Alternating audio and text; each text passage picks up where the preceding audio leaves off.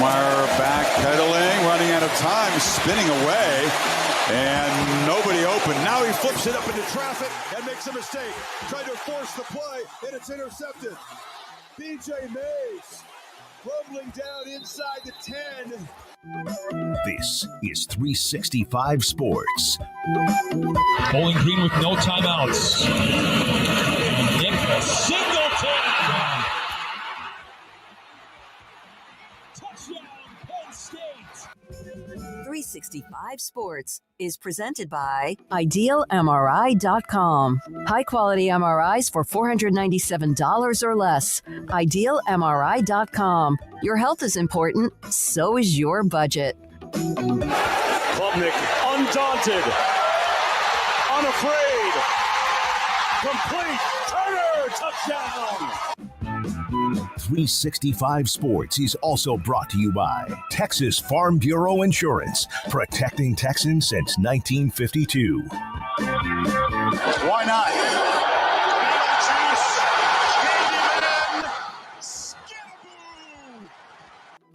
365 Sports is turbocharged by Unite Private Networks. Find out more at uniteprivatenetworks.com. Jennings on the play fake, slides it upfield. Matthew Hickner off to the races. Hickner at the 30, full speed, and the big tight end goes 75. It's a Pony Express. Now here's David Smoke, Paul Catalina, and Craig Smoke. Smokey should be here in about an hour. He has a high school football Hall of Fame committee meeting today, so he'll be out for just a little bit. We are loaded up with guests today.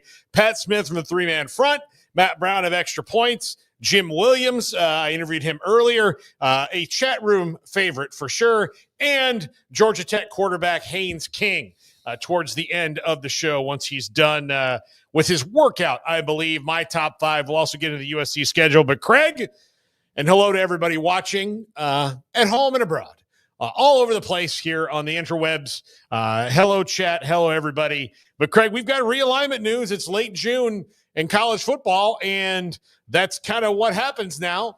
Texas State officials have informed the Sun Belt they are expecting an offer from the Pac-12 in the near future, and the talks between Texas State and the Pac-12 have intensified in the last 24 hours. Obviously, they have to give notice before July 1st. That appears it's in the offing. It's been talked about for several months now, and with Texas State here in the last couple of weeks, that's been getting warmer and warmer and warmer, and looks like it's about to happen.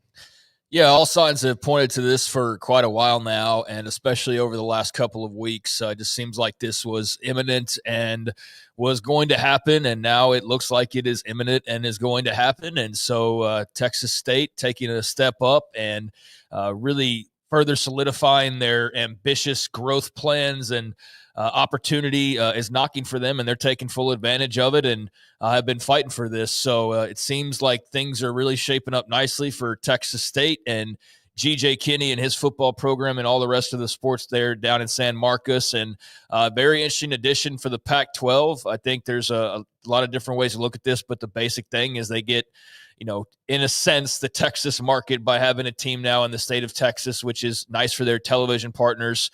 And beyond that, there's a lot of just little things to this fallout from this that leads to other conferences, perhaps having to do things differently or make moves themselves. But yeah, this is the big realignment rumor that's actually had real meat to it. Not that just the random ass, Clemson's joining the Atlantic 10, kind of thing that we've seen a lot of. This has been the one thing that's been really real and consistent. And so we're nearing a conclusion for Texas State, and I think that's great for the Bobcats, and it's also welcome news for the Pac-12 that has been hunting and going after this eighth football member now for quite a while, and to be able to put that to bed, I think will be great for their fan bases, and then, allow them to go and do whatever else they want to do on the to-do list. But this has been the big to-do item, is getting that final team in, and here we are. It'll be Texas State from all indications. Yeah, it gives them the foothold in Texas, which is going to be a benefit to them recruiting wise. I don't think Boise State already, they all come into Texas and get players.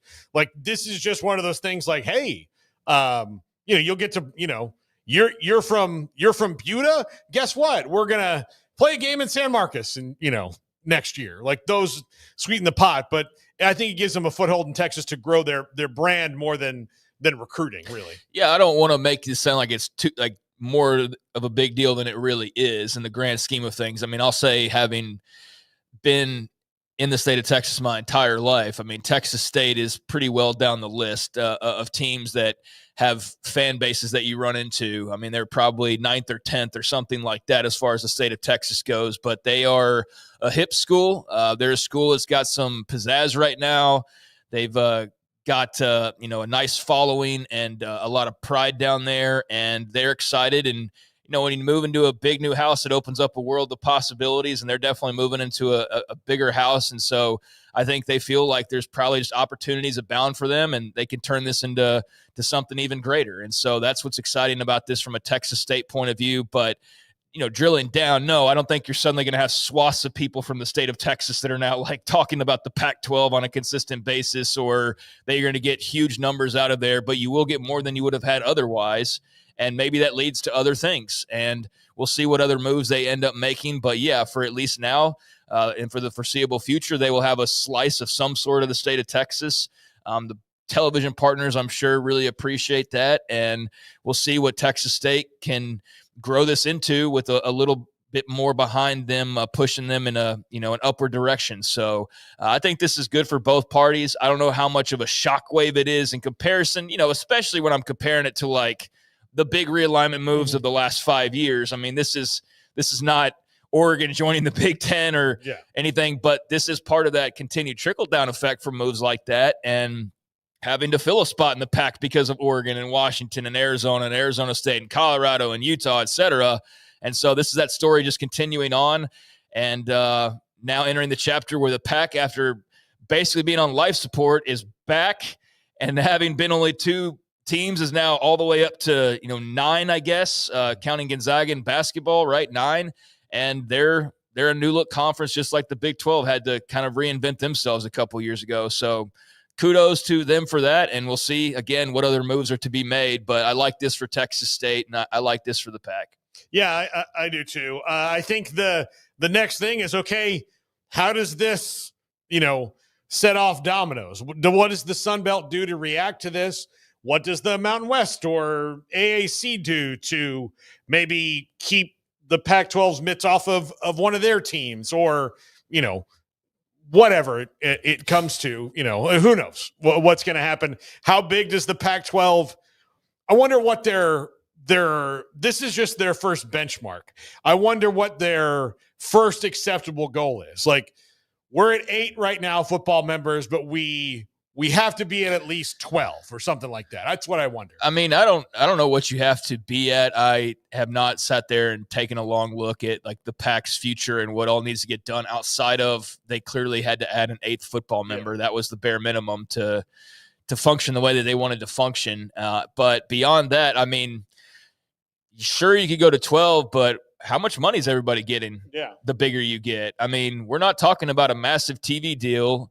They announced their initial main partner, what was that, yesterday or the day before? And we got no money attached to that whatsoever. Yeah. Now, they're going to have other partners, but we talked to Bob Thompson about this. This isn't like a big strike it rich kind of enterprise at the moment. And so for Texas State, it's a bump up.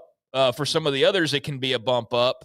But when you start adding a 10th, 11th, 12th, whatever it is, I don't know what that money looks like. So I think that'll be as much of a factor in how that goes as anything else. But not having those details, yeah. I mean, I'm interested, like whoever else is interested in this story of what they do next and who they possibly pursue. And then, of course, the trickle-down effect of all of that. And I've seen a lot of the various, more minor moves that have been made here lately and even today, and it gets all very confusing at a certain point of some of these schools switching conferences, and it just gets it's not as clear as like these teams are in the Big Ten. It's like this team was in this team's conference, and then they left back in 2016 because this president pissed somebody off, and then now they're back 5 years later and they're bringing this team with them, and it's like just very confusing compared to kind of the black and white Power 4 moves that were being made that were pretty easy to follow. So, yeah, it can get complicated with all of the ramifications from this.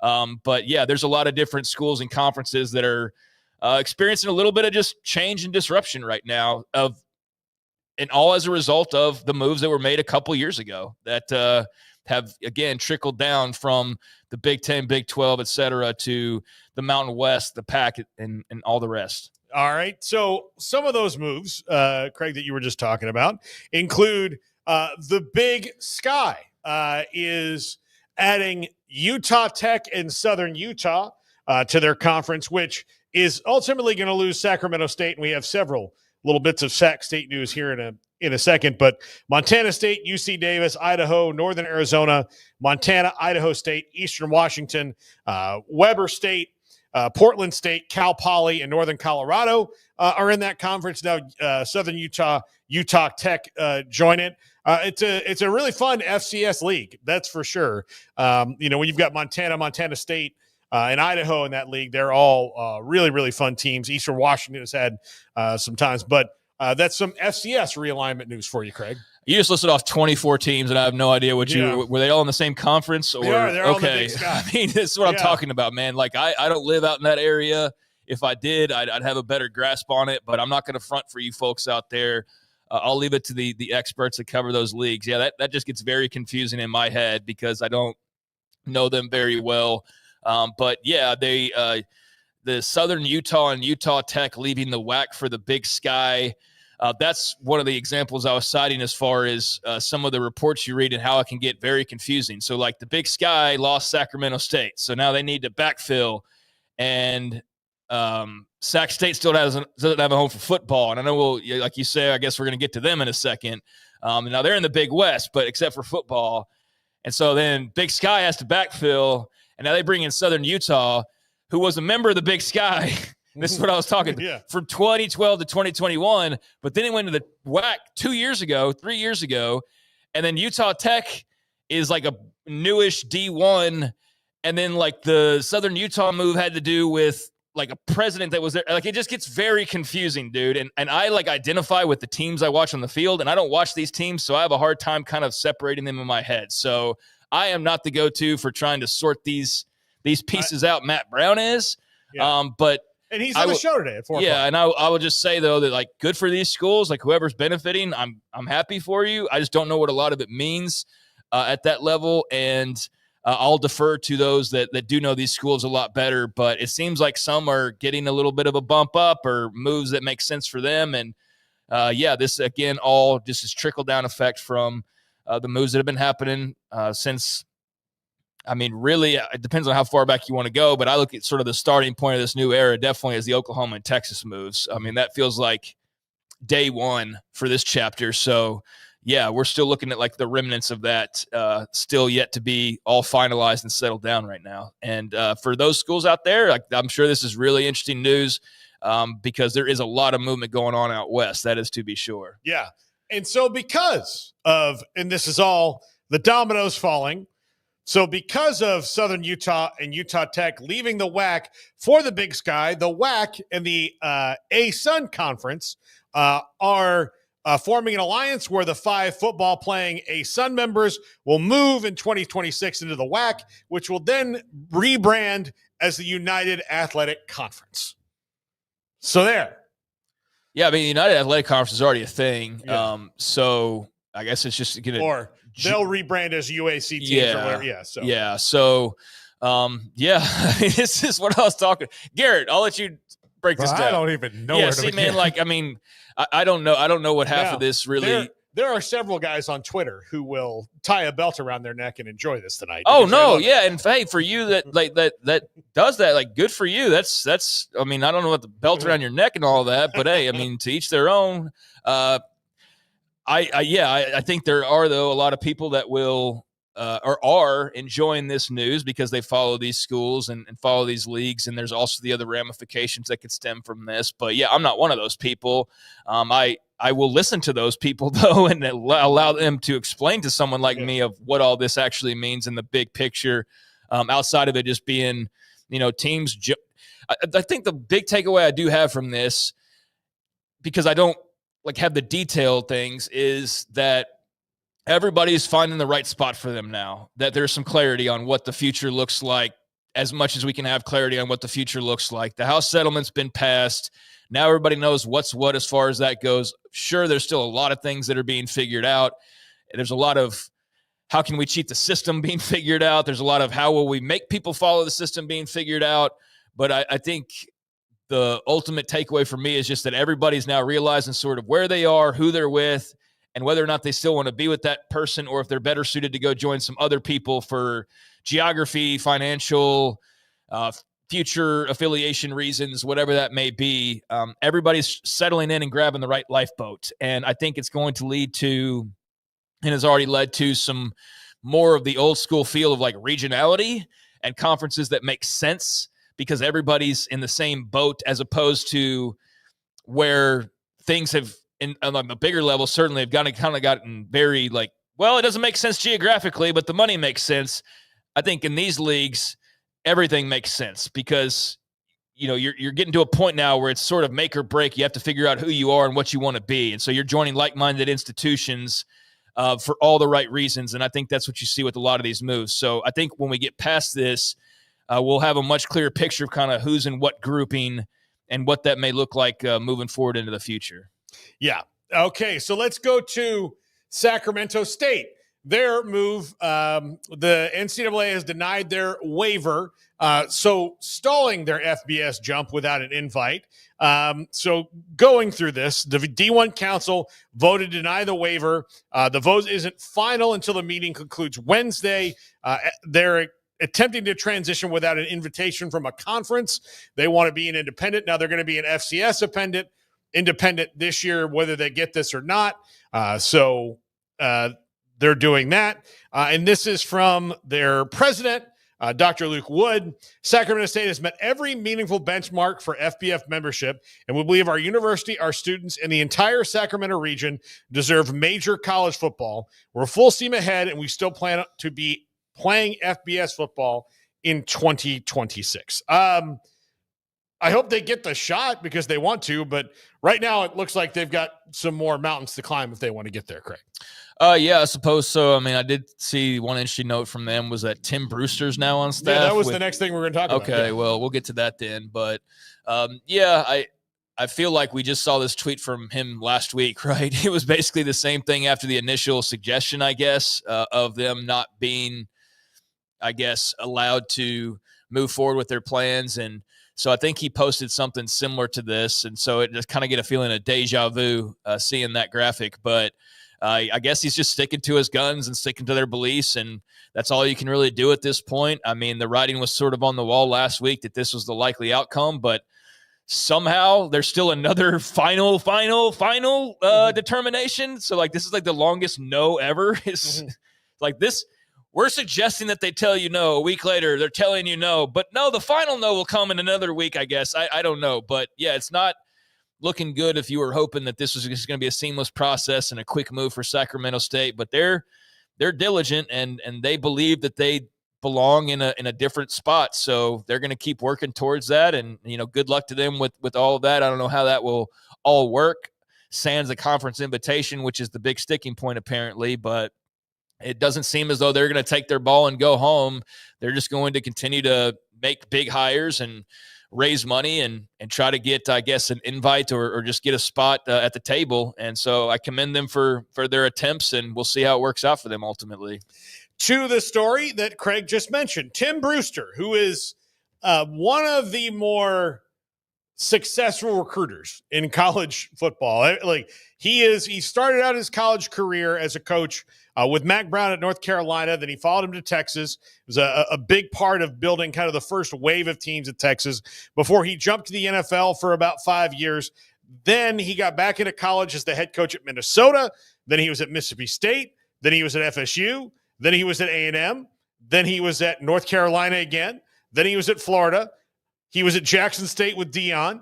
Then he was at Colorado with Deion. And last year he was with Charlotte. And now he is on his way to Sac State and Brennan Marion. And so as they ramp up their efforts to become an FBS school, they have brought in a very high-level, very experienced recruiter. He was the head coach at Minnesota for 3 years.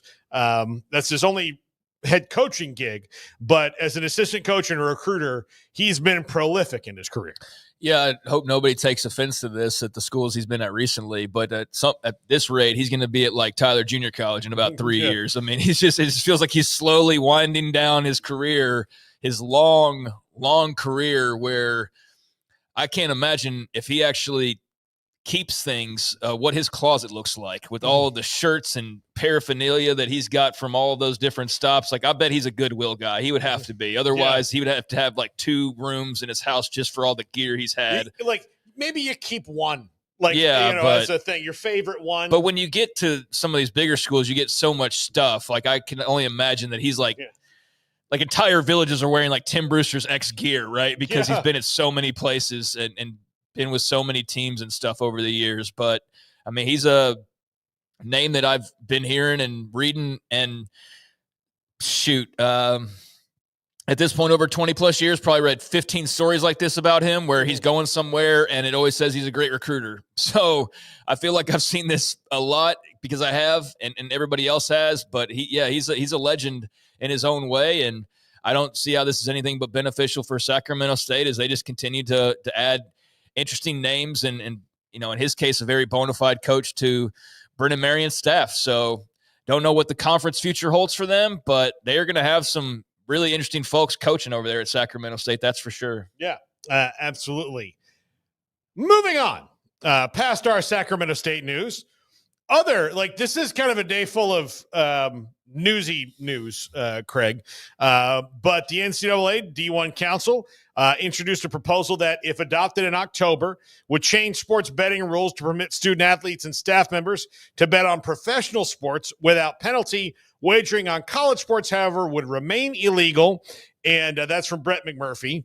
And Zach Barnett, who was just on the show last week, said the NCAA's announcement that it could make betting on pro sports illegal includes a key clause that it will do so only if Division II and Division III also lift their bans as well. So we'll see if that all goes through. But that's, I guess, I mean, I don't know how to think about this, Craig, other than they're saying, well, if they're going to do it anyway, let's give them something to do it, and that way they don't bet on college sports. I don't. Well, I mean, if they're going to smoke crack, we might as well just give them crack and let them smoke it. I mean, why? Yeah, I don't like that. That's a stupid reason. Yeah, I mean, like, I can't understand why they like. Probably because they can stand to make money from it somehow. Thank you. There we go. That's why. That's why they do everything. I mean, that's the ugly part about all this is, let's be honest about it. They clearly figure there's probably some way. Well, hey, if we let them bet, well, then how long until DraftKings is sponsoring the CFP? Yeah. We all need money. Where's this money going to come from? Because the president's not taking a cut. Vice president's not taking a cut. Football coach may take a slight cut off his already great contract, but they've made it clear they need money. They need money. They've always needed money. Now they really, really though need the money because now they got to pay the damned athletes. So how can we make more money? Well, let's get gambling involved, and they have more money than God, and now we can have them advertising, and then Coors Light will be right around the track, and then we can go get our vape sponsors or whatever the hell. But, I mean, at this point, they're going to probably do anything that'll make them money that doesn't get too swift of a backlash. I'm not a gambler, man. It doesn't interest me. I don't do the daily fantasy thing. I know plenty of people that do, and that's their thing. It's just not for me specifically. But I have, not anything against it. I do think that it's a very slippery slope, and I think sometimes we blow by that and just go, oh no, just don't be stupid. It's just gambling. It's like, yeah, you're 17, you don't know any better. And I know I sound like the old man, but you really don't know any better. And so I don't like this from the surface of like, why? But I know the answer is because they just want more money, or that's what I assume the answer is. And so that answers my question. But if it wasn't for that, then I don't see why you would even be pursuing this. I don't see why this should be on the top of the list of things to get done. And I can only imagine it's because there's some politicking going on behind the scenes and some things that we're not aware of at this point, because why else is this even a thing right now? Well, and look, I would assume that, like, well, how can we get some of that sweet DraftKings money? Yeah. Which is you go on DraftKings, and whether the college is endorsed or not, if you have legal sports betting in your state or DFS or whatever, they're letting you play on college games, whether the college, the NCAA supports it or not. So how do we get that money? Well, if we want it, we can't very well have our coaches and our players not being able to experience the joys of the app. I don't relate to it because it's not a big deal to me. It's really not like anything that I care about. If it went away tomorrow, it would not affect my life at all. And so for me, it means nothing. For the people who play it every single day, I'm sure if you took that away, they'd throw a temper tantrum over it, but that's not me. So I'm probably the wrong person to ask about this. I don't like the idea on the surface. We'll see what D2 and D3 do, obviously. And I can kind of get, well, they're all doing it anyways kind of a thing. This would prevent your Iowa State situations. And there would be some details of you can't bet on your own sport and things like that. But I still just don't see the need for this to be that much on the front burner unless it's just such a problem that literally every athlete's doing it and there's no way to stop it or whatever, that you feel forced to do something about it. But otherwise, I don't know why they're making any kind of move on this. Well, look, the pro athletes aren't allowed to bet on their sports. I mean, they've got a pretty good, they just need to adopt whatever works for everything and keeps it to where, when you do something that does, challenge your integrity. But, and part of it is, look, with gambling, it's one of those things where the perceptions change, and that's what they try to say. And they're like, well, it's different now. And it is different. But it's better for gambling if you have it regulated and otherwise, because otherwise it's a really easy thing to do quite illegally. Sure. So I guess maybe this is their, all that. And plus they want that FanDuel and DraftKings money. I mean, that's what I figure is what they ultimately want. But I don't know. I'm sure there's reasons I'm just not aware of as to why this is a thing. Probably just the rampant use of it by student athletes. But I do think it's a slippery slope. And even if you can't bet on your own games, does this open the door to the possibilities of the basketball player telling the football player? And I'm sure all that's going on anyways. They can't bet on college sports based in this. Okay, so there's a college sports. Okay, well, then that's a very big detail that obviously is. But they could bet on pro sports. Okay, well, then you still will have guys that know guys and girls that know girls or whatever. But, that's obviously a big detail, is that you wouldn't be able to bet on college sports because, if that was the case, that would be the dumbest idea ever. But if I was, if I played with Caitlin Clark, I just called her up and like, hey, how's that ankle? And she's like, oh, it's great. I mean, didn't I just get an inside tip? I don't know. Suppose so. I don't know. But man, it's not really, like I said, it's not my thing at all. It probably never will be. But I wasn't even thinking about the component of betting on your own sports or betting on your own teams. And if they outlaw part of that, then that makes some sense. Because if you were to have it to where you can bet on your own teams or your own college sports, then that could get really ugly really fast. Yeah. All right. This is from Christy Dosh. I saw another one from her.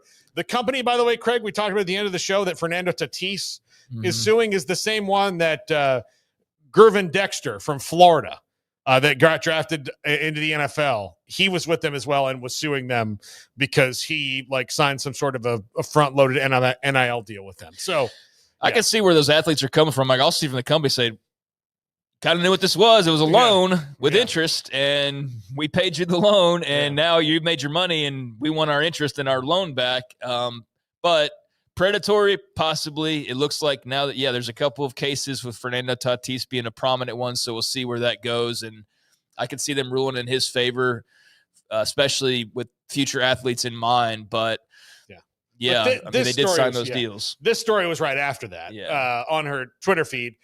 She's talked to several athletes, and she's reviewed athletes are being offered buyouts of their back pay in the house settlement, and the contracts that she reviewed were paying 10 cents on the dollar. So she said, athletes, please read this and hire an attorney before you sign the contract. So it's not surprising that you offer a buyout. You can have this right now, or they pay it in a structured way where they you get a lump sum right now, but it's 10 cents on the dollar. So.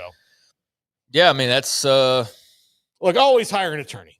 Yeah, I guess so. Yeah, I don't know. That's out of my wheelhouse. But it doesn't sound like very fun deal for the athletes. And I think part of the desire for guardrails and things like that, people kind of roll their eyes sometimes, and that was talked about so often.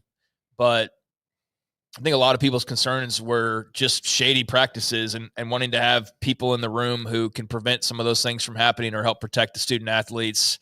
And so, yeah, I think it's just smart for every athlete who's standing to make even a little bit of money to read the fine print or to have somebody read it for you and make sure you know what you're signing before you sign it. I think that's just common sense, whether you're a college athlete trying to get back pay or you're just Joe Schmo in the real world. Always read the fine print. Yep. All right, from Midwinter, Trev Alberts, A&M's athletic director, did an interview talking about how they plan to use third-party NIL deals as a recruiting differentiator. With their cap on how much money they can pay athletes, their hope is that they'll be able to tell recruits they'll be able to receive more third-party money at A&M through those approved clearinghouse deals.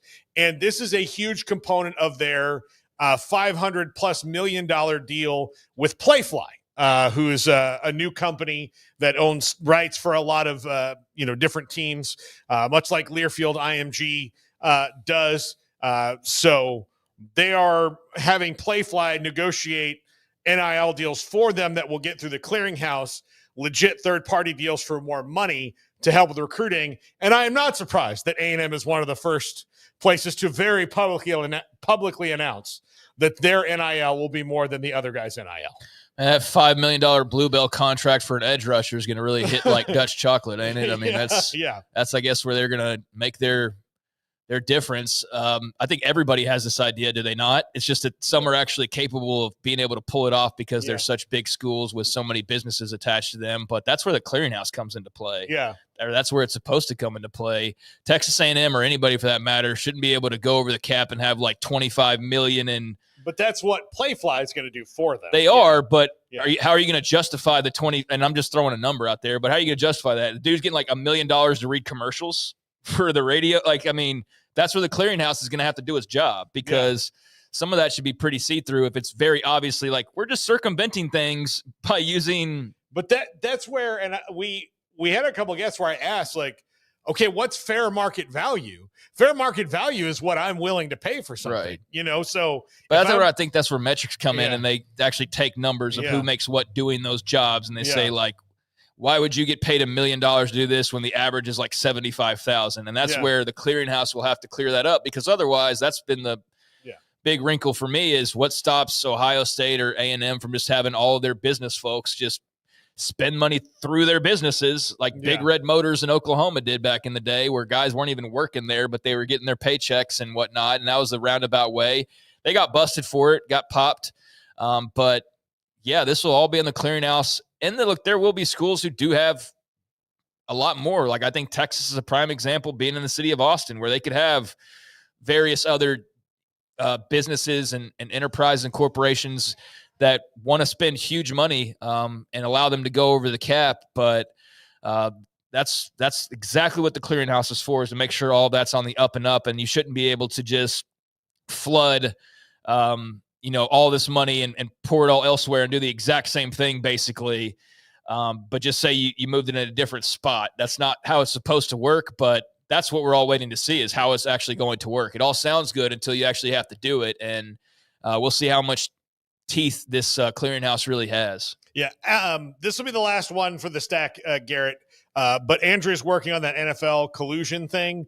I want to do that after Jim Williams. Like we'll take that segment and do that, because that's a pretty big story that dropped because of Pablo Torre a couple days ago, or yesterday. We didn't get to it. I want to take a break from hearing his name after this week for a little. He's been in the news a lot. I will say this, like, for anybody who said that like the stuff he dug up on Belichick was BS after he did this, when he can say like, oh, was it? I can appreciate it. But I've had my maximum fill with his name for a while. There's also a reason, I'm sure, because of the story, that he is not with the DraftKings network anymore. Probably. Because this is a big shot across the NFL's bow, for sure. But EA College Football 26 released its top 25 places, toughest 25 places to play. And The largest outcry I've seen on the internet, Garrett, and you were miffed about this, was that Georgia is ranked 4th because they currently hold the longest current home winning streak. Correct.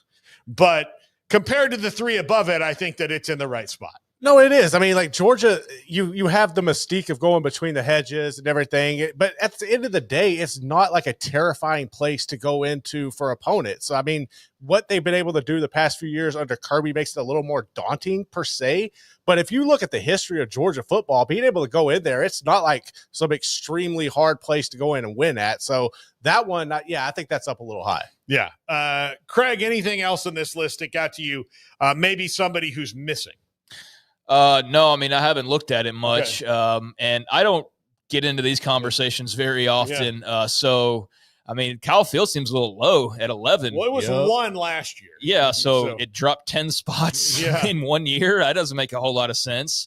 The Georgia thing, I've seen a lot of people ding that choice as like, yeah, they've been undefeated because they've had like the best team in college football year after year, not because the fans are awesome. Like it's been a combination, but it's mostly been the state of a damn good football team. Not that people can't win in Athens. So I think that's a little overinflated based on a lot of the reaction that I've seen. I think Tiger Stadium's the number one choice I would have had as well.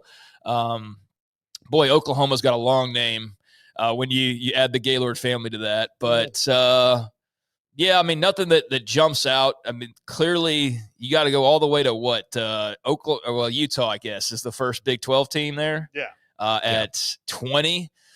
So interesting to see them and Oklahoma State make this list. But I'll defer to the folks who get really into this sort of thing and who have been more traveled on what the big discrepancy should be. And I'm sure there's a lot of media guys that are doing exactly that. I just haven't seen that in the time I've had today. But I know this kind of thing generates a lot of conversation, and I could see where the Georgia pick would definitely be something that riles people up. As a frequent player of this game and someone who's looking forward to July 10th when it comes out, very much, I will say the 2 that bother me are the 2 at the end, Spartan Stadium at Michigan State and Davis Wade.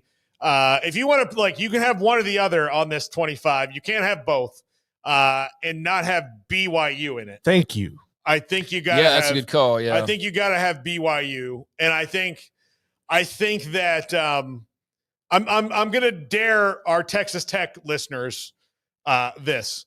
If your team is as good as you guys want it to be this year, you need to wind up on this list this year because that place can go off, but BYU should absolutely be on the list. Yeah, I think BYU should be on the list. And this is just like very big game boomer. So I tend to stray and I got away from that a couple of years ago. Yeah. But I know why it's continued on in various other veins, especially at On 3. So it gets people talking, and it's fun to hear the chatter. But it's just not something that really I have a lot of thoughts on initially. Yeah. But when you bring up BYU, then yes, they should absolutely be on there. These are the places in the game that will have the most effect on you, like when you're trying to kick a field goal. BYU should definitely be on there if that's the case, because that home field definitely has an effect on the visiting opponents. I mean, I think Kyle Field dropping all the way to 11's just like crazy. I think, BYU should definitely be on this list. And Georgia's probably a little bit overrated. I saw a lot of outcry when I did look at this for a half a second from Nebraska fans wondering where they are on this list. Yeah. I went there last year. It's an incredible environment. I have a hard time believing there's 25 stadiums better. Yeah, I have a really hard time believing that. That's why I would put them above, say, Michigan State, which I'm not knocking, but that's the thing is, if you haven't been to these places and you're only going off television, you don't really know. Yeah. So I hate to defer to the media know-it-alls all the time, but a lot of those guys have been to a lot of these different places. Now, did you go when it was the college football playoff first round game compared to week 3 of the non-con against Eastern Washington for another school? That's not an apples to apples. But my metric would be go to Iowa State randomly for a game that doesn't really mean anything and watch how into it they are. Sure. Or watch BYU fueled only by potato chips and Sprite getting that loud, as opposed to Tiger Stadium, which is on stuff that can make you go blind when you drink it. That to me is impressive, you know, when all these other places are full of drunk kids. But Yeah, that should be a feather in BYU's cap or whatever. But, I mean, you point them out. That's definitely a good one that I think is missing here. I have a hard time believing that it's not top 25 in the country. I don't know about anywhere else in the Big 12. You mentioned Texas Tech. I could see where they could make this list in a really good year and should always be consistently probably right outside of the top 25, if not within it, maybe depending on the year. But, yeah, it's hard to imagine too many places that regularly are jam-packed and as passionate as Red Raiders fans are. So that could be another one. And then, I've been to Oklahoma. I've been to some of these, but not all these. So I just don't feel right in comparing where I have been to somewhere where I haven't been. Because I don't know what it's like. And having gone to Nebraska this past year, I knew it was really good. If I had to do my top 25, I would assume to put them in there just based off what I'd always heard. But now having seen it and experienced it, I'm like, that's the best atmosphere I've ever been to at any stadium, more than at Oklahoma when I've been there. So, yeah, that definitely makes a huge difference in a list like this. And I assume most of the people voting on this list, the intent is just to get the reactions like this and the thousands of Twitter comments. But I would assume a lot of these people have probably been to a lot of these places as well. But even then, there are some head scratchers on here for sure. For sure. Pat Smith, the three-man front, he's next. And Smokey's here. This is 365 Sports. Employee Pricing Plus is back at Allen Samuels in Waco, and the deals are insane. Get a 2025 Ram 1500 Laramie Crew Cab. Your choice. 1.9 for 72 months, or $12,000 off and 3.9 for 72 months, or a flat-out $16,000 off MSRP. Wow! Ford, GM, or Toyota owner, take $1,500 more off only at Allen Samuels. Come by. Let's be friends. I'll never get used to this.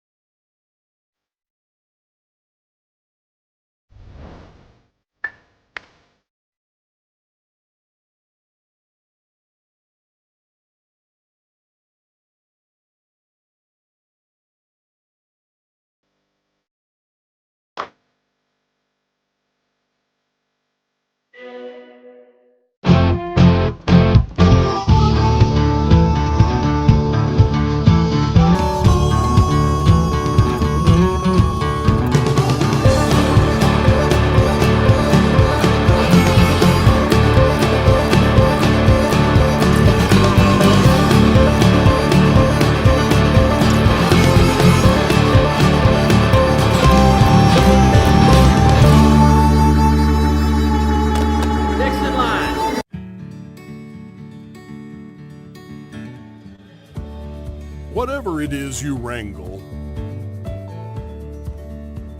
whatever seeds you sow,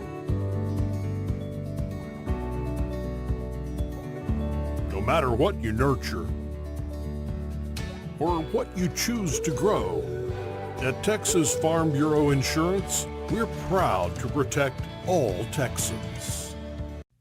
Developed by Startup Waco, a nonprofit organization, GXG is a program designed to support the entrepreneurial development of Baylor University student athletes through NIL activations. The program helps student athletes maximize their platforms and offers a comprehensive support system for them to create and grow new businesses that not only benefit themselves, but also uplift the local economy.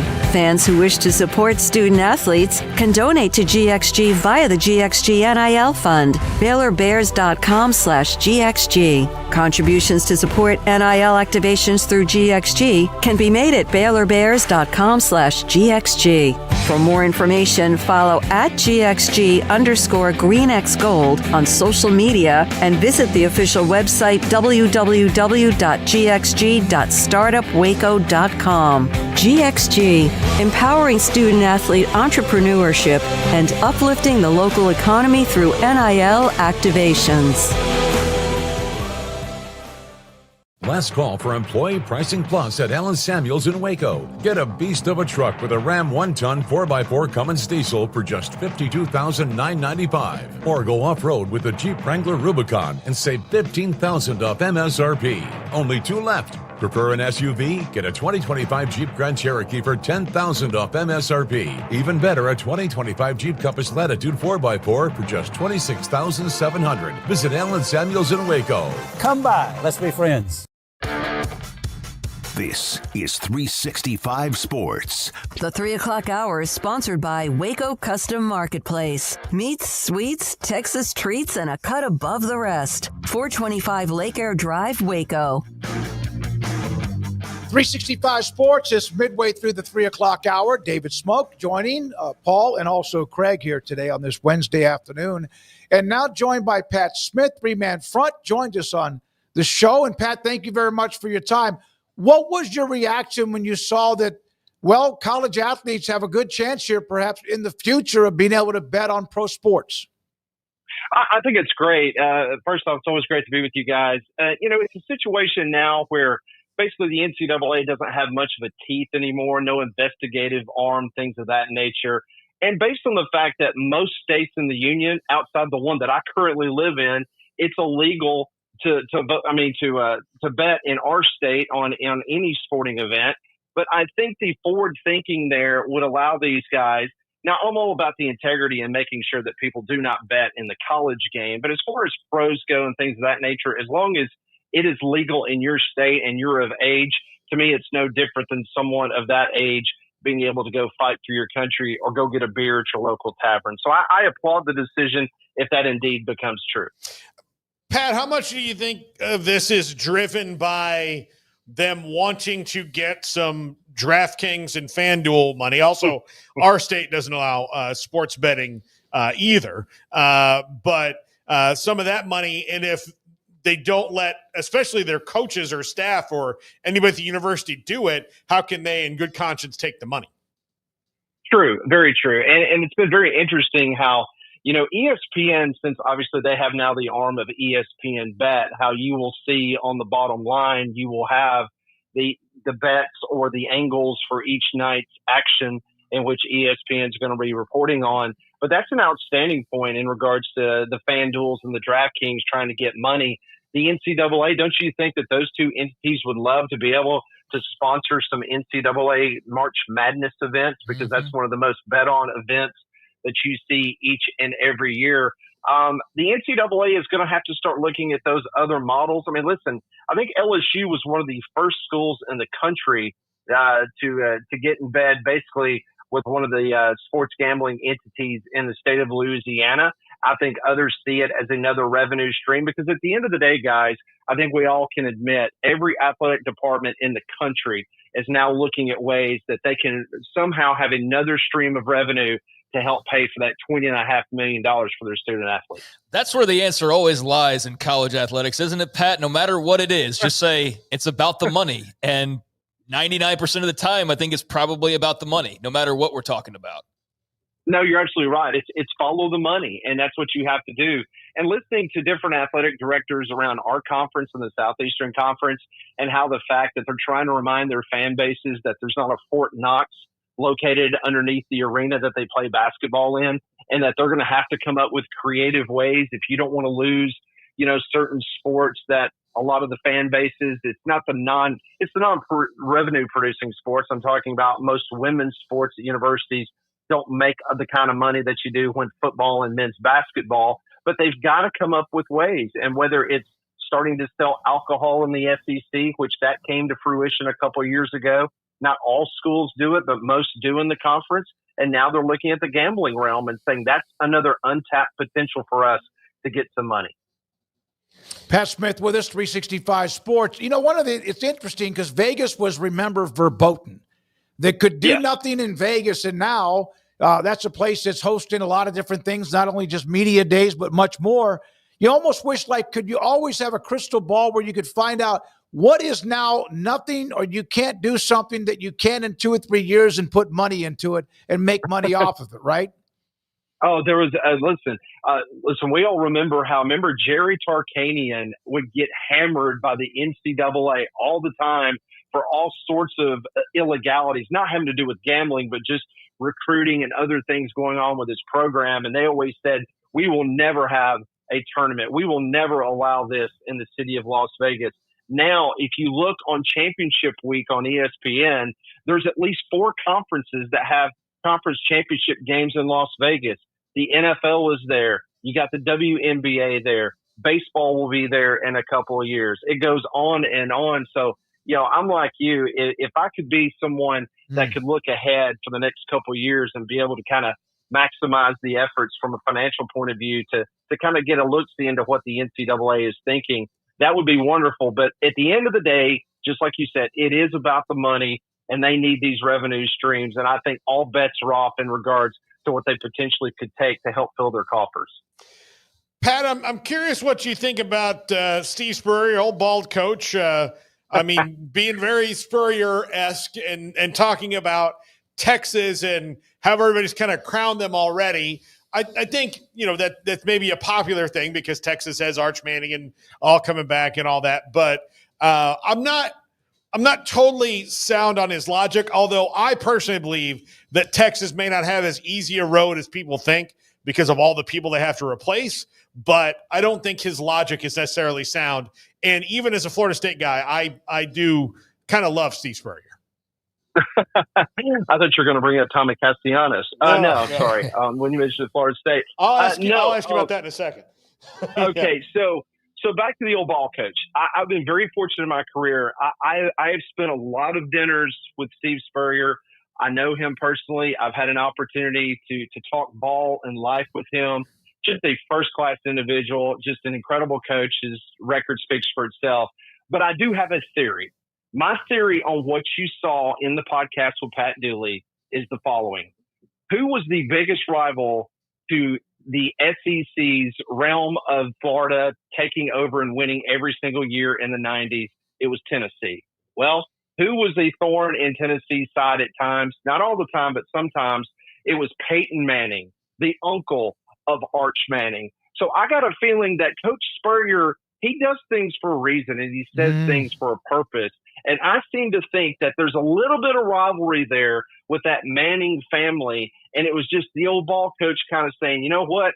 I'm just not going to give credit to where credit is due until he at least wins something. So let's kind of pump the brakes a little bit on him winning the Heisman Trophy or even Texas being able to come in here and win the Southeastern Conference. I wish that he was like a coach now, and I know he's been gone for quite some time. We need more guys that needle. Yes. We need a little bit more. Like if Brett Bielema says something about the SEC, it's like, oh, or if somebody in the SEC says, Lane Kiffin's a little bit like that. Well, we need a little bit more of that needling, don't we? Yes, and let me tell you something. You guys do what I do every single day. As a sports talk host in Birmingham, Alabama, and across the Southeastern Conference footprint, when I saw today that Brett Bielema opened his mouth and took a shot at Kirby Smart and the University of Georgia, we were all about it. Brett Bielema has become our best friend in the offseason, whether he's attacking Shane Beamer, whether he's throwing shade at the SEC for only playing 8 conference games. I love it. I praise you. Thank you for making talking season and make us one day closer to kickoff of the season. I love it. I love people being honest. This is what this sport is missing. So many people, they're so generic. They're so germane because, let's be honest, all these coaches have the same agents. Jimmy Sexton, represents 95% of these guys. And so, they're on the golf tour with these guys in the off season and they hang out. There's no animosity because if so, it was just like when Jimbo Fisher and Nick Saban, that was the thing that got us when those had the little dust up a couple years ago.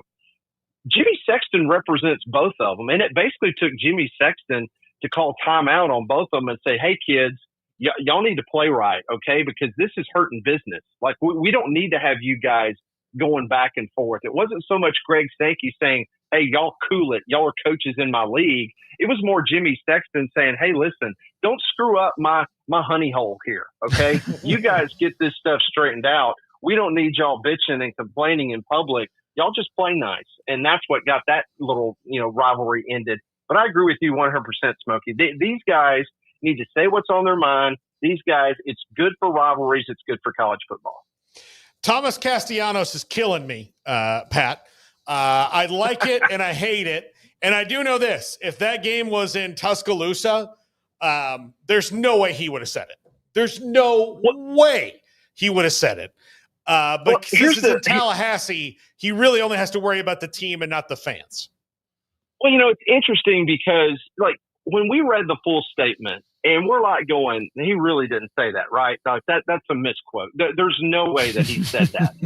Okay, well, he didn't say that. But for us, it was like coming back to when he said, that he's basically run the ACC by his damn self over the last 2 years. No. And I had to go back and I had to look at the ACC stats where, of course, last year he got benched by Bill O'Brien. He was 16th in the ACC. The year before that, he wasn't even I don't think a top 5 quarterback in passing. So I'm like, what world are you living in where you have been the top quarterback in the ACC that gives you this confidence that you're going to be able to resurrect a 2-10 team? And it also goes without saying that it makes Alabama fans laugh because their new offensive coordinator at Florida State is somebody that we know extremely well in the state of Alabama. It's Mr. Gus Malzahn, who was the head coach at Auburn. So there's not a lot of fear in the Alabama fans right now that Gus Malzahn is going to be able to recreate the likes of Nick Marshall, what he did back in 2014, and get to the national championship game. Pat, what was the reaction to Diego Pavia and what he said about the Big Ten? And like propping up, not that they needed the SEC, but kind of hiding behind. And yes, he was a great story last year, but kind of hiding behind what are the 5 or 6 or 7 schools that really do all of the work for the SEC. Well, you know what? I mean, he was right in regards to his language in regards to hitting, certain teams in the Big Ten not living up to what they need to be as a conference. But I will call BS on one thing. I mean, I feel like that I talked to a good many people in this conference, and that $4 million number that he gave in regards to somebody offered him in the Southeastern Conference to come play quarterback. Listen, he's 3-0 against Hugh Freeze at Auburn. That's kind of the joke that would have been the only team that potentially would have tried to pay him anything above market value just because Hugh Freeze needs wins and he doesn't want to lose to him again this year in Nashville. But there's no way that somebody in this conference was going to pay Diego Pavia $4 million. That was just him and his PR firm basically kind of spouting that out to try to, I guess, raise his market share for NIL in Nashville. But you know what? His comments, just like Castellanos and all these other guys, I personally love it. Mm-hmm. It's great radio. It's good fodder for fans. I like the fact that we're just trying to get away from just the generic, the canned answers, one game at a time BS that we hear a lot of times from coaches and players. So I like it when these guys kind of step out of their comfort zone and give us the soundbite. If you don't mind, one more question. When you look at the midsection, the SEC has a tough upper tier like every conference, and maybe theirs might be deeper. Who knows? And then there's a midsection. And then there's also still those who are kind of falling behind. Now, that doesn't mean they can't make a run. Who, in your opinion, if you consider them a midsection of the SEC, can play for an SEC title in December? I will give you the team that I just mentioned, and that's the Auburn Tigers. And if you look at their schedule, and I know they're coming to Waco and that first week of the season, and I'm sure I'll talk to you guys. You guys will be on my show, and we'll preview that game. That's huge for Hugh Freeze. That could be a huge stepping stone on what that team potentially could be this year. They've got Alabama and Georgia both at home this year. Jordan Hare that place must have been like built on an Indian burial ground because a lot of weird things have happened there in the history between Georgia and Auburn and Alabama and Auburn in the Iron Bowl.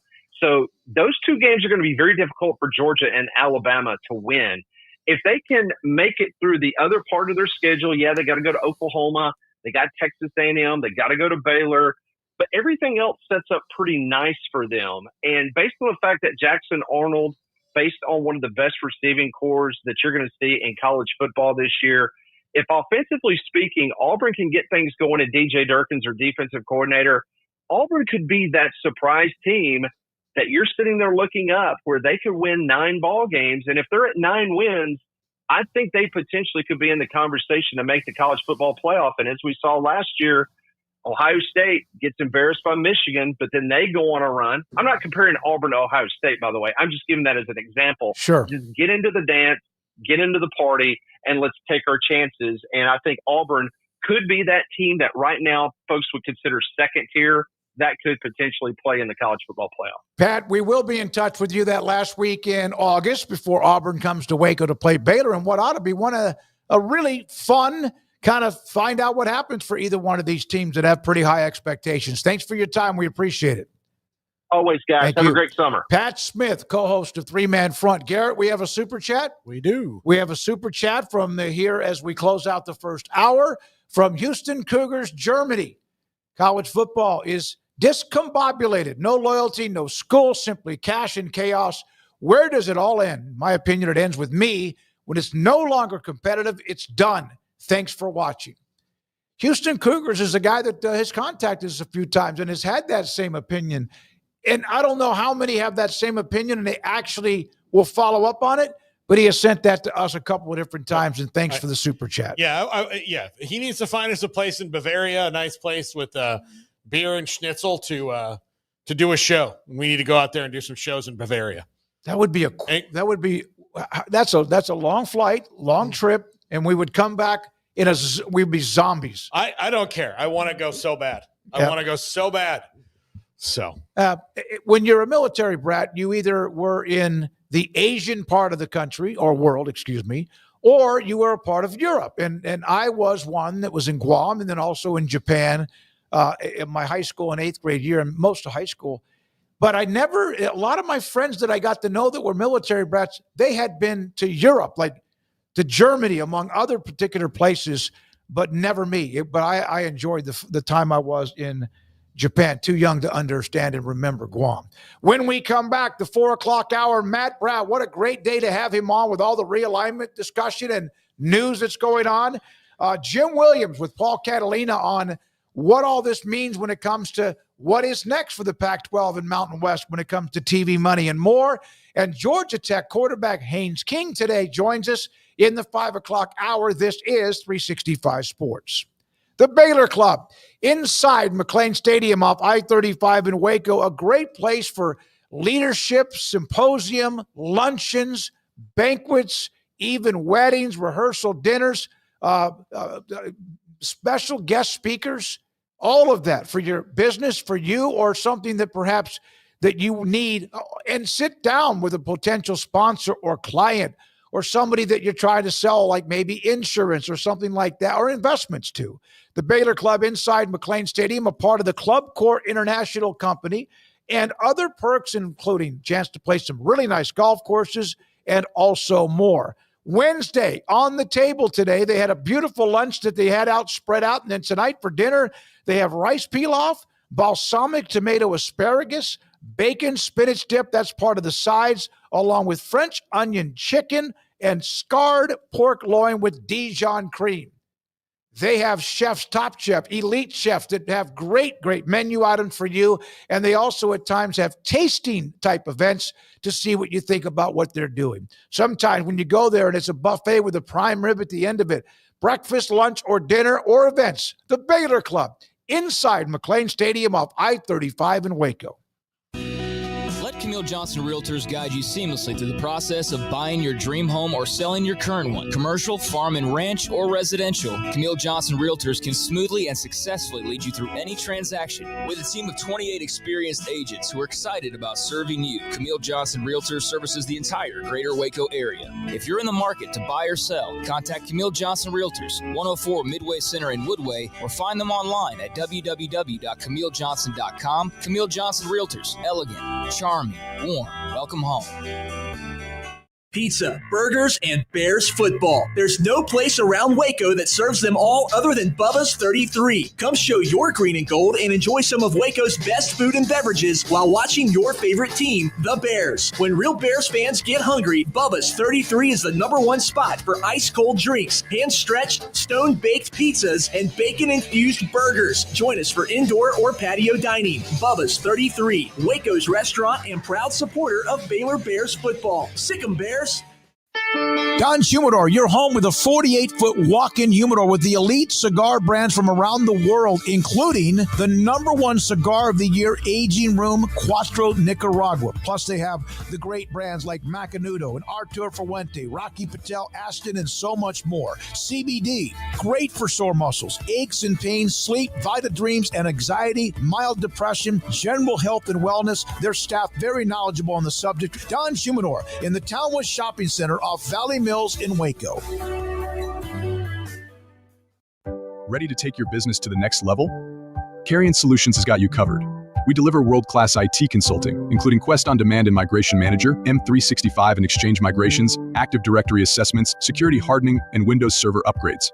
Our experts specialize in consulting, monitoring, support, and managed IT services. We promise vision, professionalism, and unbeatable value. Satisfaction guaranteed. If you're not happy, we make it right. Remember the name Carrion Solutions. For more info, email sales@carrionsolutions.com or visit carrionsolutions.com. That's CARRION solutions.com. Carrion Solutions, IT success guaranteed.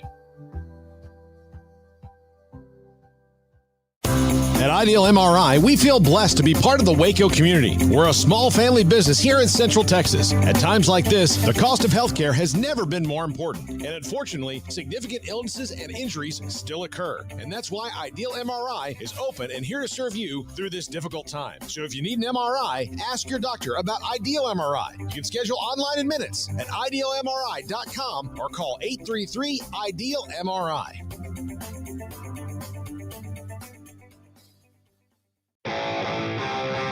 This is 365 Sports. Text us at 254-339-1122.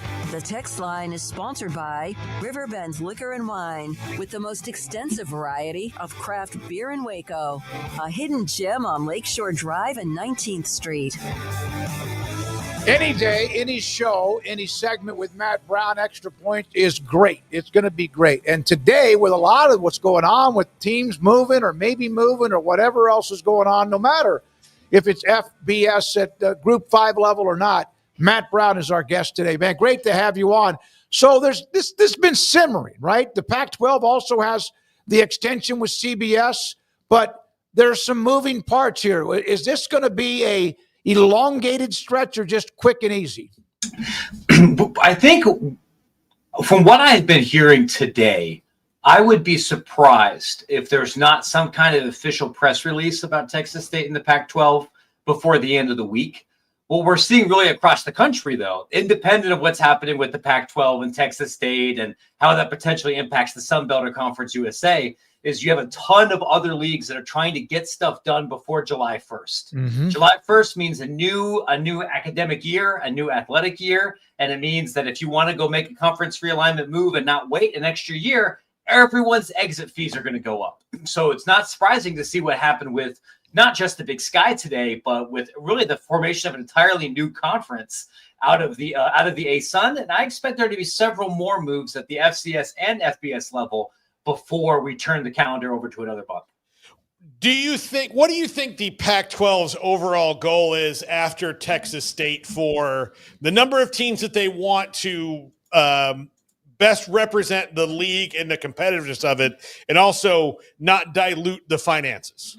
They're really in a difficult spot because you want to maintain a certain level of competitive quality with the league, which is part of the reason why they've never seriously entertained adding Sacramento State, despite the fact that the school has done everything short of putting up a billboard somewhere, outside of Boise saying, please let us in, because they're not athletically ready. You don't want to go tank everyone's RPI or net rating. But their other problem the Pac-12 has is they don't have enough money to effectively pry anybody out of the American Athletic right now. Texas State was not that conference's first choice. They looked at Memphis. They looked at South Florida. They looked at Tulane.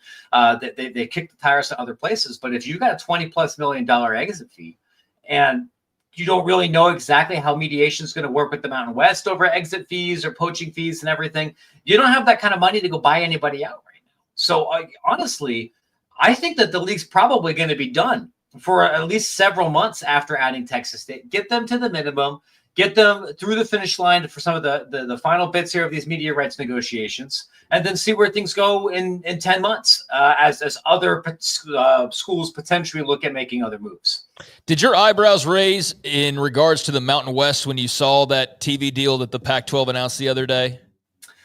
No, I part of this is because I've been burned from covering Mountain West and Pac-12 media rights deals before, and so a lot of the stuff that I get from those sources or read elsewhere, I try to take with a grain of salt. But the final numbers and the final everything for the Pac-12 have yet to be released. What the folks that I've talked to have said, it's not going to be quite the numbers that they were hoping for 6-8 months ago. It's going to be closer to 8 million, most likely, rather than 10 or 12. And that means what the Mountain West is going to be getting is probably going to be a little bit under that too. But we're at the point now where I think we're kind of almost quibbling over just small amounts of money. You'd rather have 8 million than 4.5 million, but no matter which one you have, you're still not in the same ballpark as Arizona State. Like, you're still in the same competitive situation as you were before.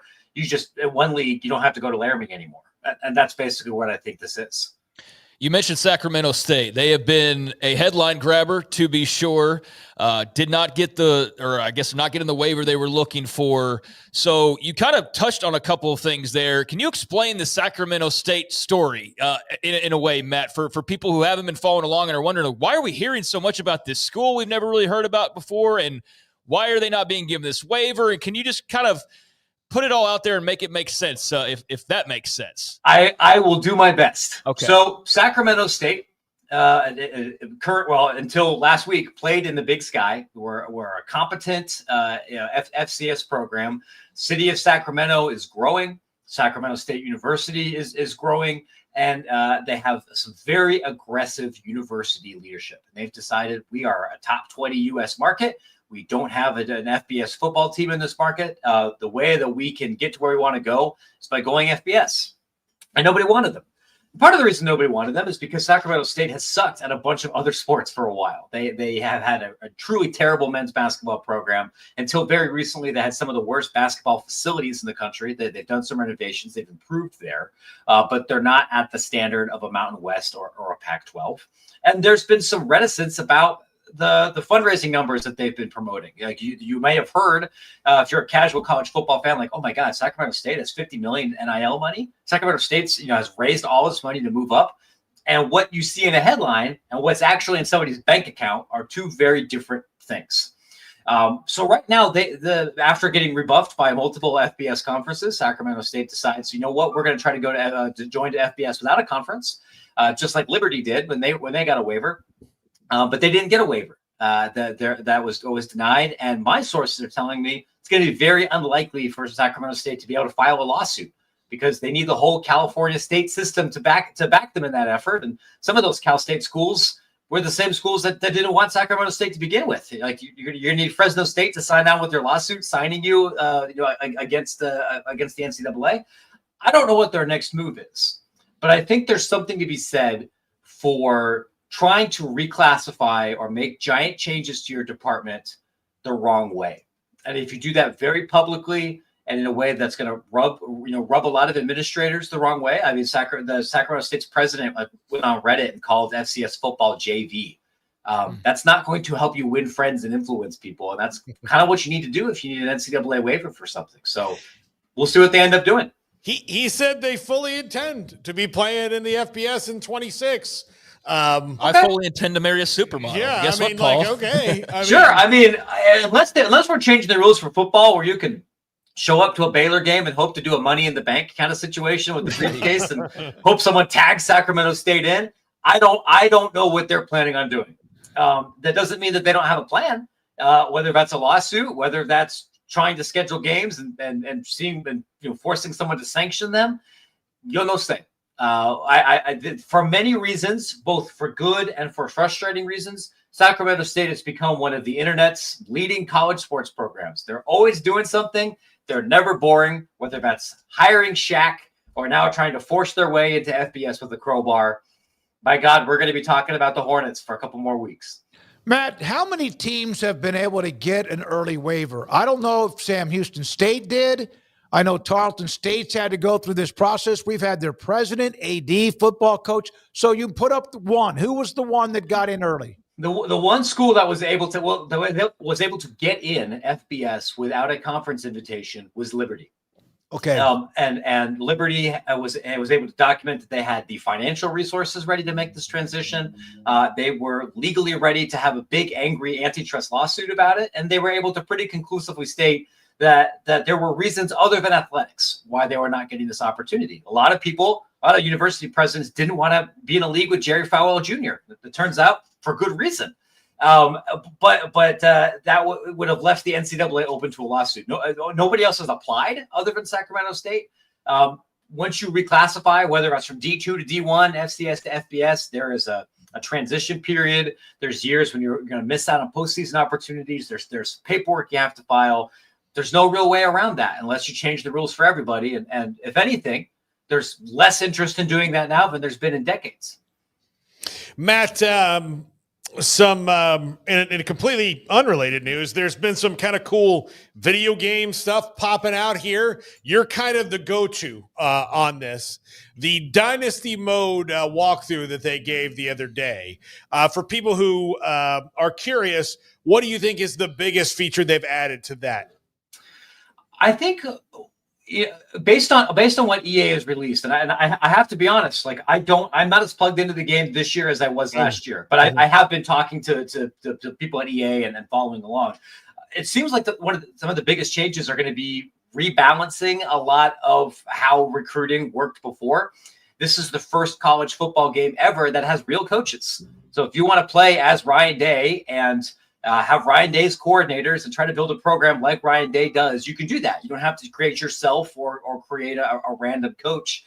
I think that this year is built to be able to play for years and years and years under one career, which is a way that a lot of the internet likes to do it. If you want a more elaborate and more realistic scenario than you did last season, I think that you're going to be impressed.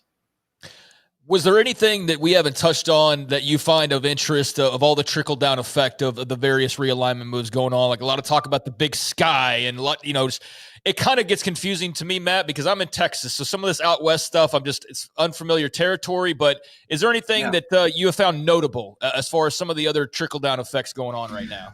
I mean, I think it's notable if you're a fan of FCS football right now, how much almost every league is looking at making potential membership changes at the moment. And it's not for the same reasons that you would necessarily have at FBS. Like no one's making big money from FCS television. These are still mostly single bid leagues for college basketball, but you're doing this to try to improve your playoff positioning for football, to save money on scheduling, to save money on, or to help protect teams. I think a good example is the SoCon is looking to potentially add some teams so they don't play a round robin. So maybe that they can manipulate the schedule a little bit, and I don't mean that pejoratively, to help get more teams in the FCS playoffs. The landscape looks very different, right? Like a couple of years ago, the CAA was pretty inarguably one of the elite conferences in FCS football. Now I think that's very much not the case, and you can have a credible argument that the Patriot League is like legitimately better now. Now what they're bringing in Villanova and William and Mary and some of the other teams that are just not as good have joined the CAA. So if you are rooting for an FCS team, whether that's in Texas or outside of Texas, I wouldn't get too comfortable with the way that your conference schedule looks like right now, because it might look different in a week. Matt, am I the only one that sometimes looks at these conferences that are having these subtle changes, now an alliance going on that was announced earlier today, that I get confused with sometimes who's FBS and who's FCS now? Is that uncommon, even though this is a sport that I cover? And what is the power grid or power pole of Pac-12, Mountain West, WAC, Big Sky? I mean, name them. Yeah. It just, I'm sorry, I kind of get mixed up. Listen, if it makes you feel better, I do this for a living. And a major chunk of my readership only reads Extra Points because I am one of the people that would tell you what's going to happen with the Big Sky or the Southland. I struggle with this sometimes. If you put a gun to my head right now and said, name every single team in Conference USA, or else I'll shoot, there's a 50-50 chance I die. It's difficult to keep all of this straight. That's true for some commissioners. I have an Excel spreadsheet, and I try to write some of these things down, but there have been a few times, even just today, I've been on the phone for probably 4.5 hours today with some commissioners and consultants and ADs trying to understand what just happened with the ASUN, the UAC, and the OMG, BBQ, WNBA. It does all blend together, and so that's why I don't do my writing at 4:00. I do my writing later this evening after the news cycle is wound down, and I can be a little bit more diligent in making sure that I'm putting everybody in the right box. There's a lot of movement. Nobody would be surprised if you get tripped up sometimes. So give me the United Athletic Conference. First of all, I kind of like the name. Sure. For some reason, I don't know. It's kind of a little bit unique. You have athletic in it and conference in it, but United Athletic Conference, that just happened. Can you name the 9 teams? Okay. I'll do my best here. So the United Athletic Conference, as of 4:19 p.m. God's time zone on June 25th, will include the 3 remaining members of the WAC. That would be Abilene Christian University, Texas Arlington, which does not currently have a football team, right?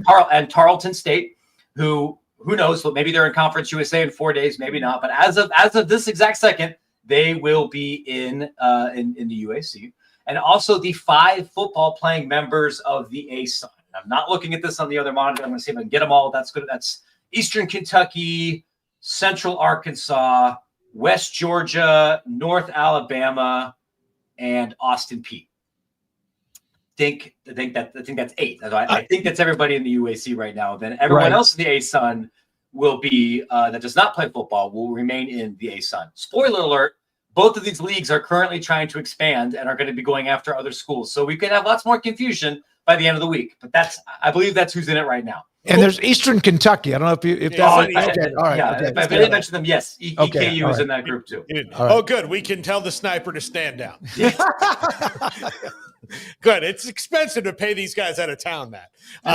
Sure, and that's great because my health insurance premiums are terrible as it is. Thank you for not rubbing me out here on this show. Matt.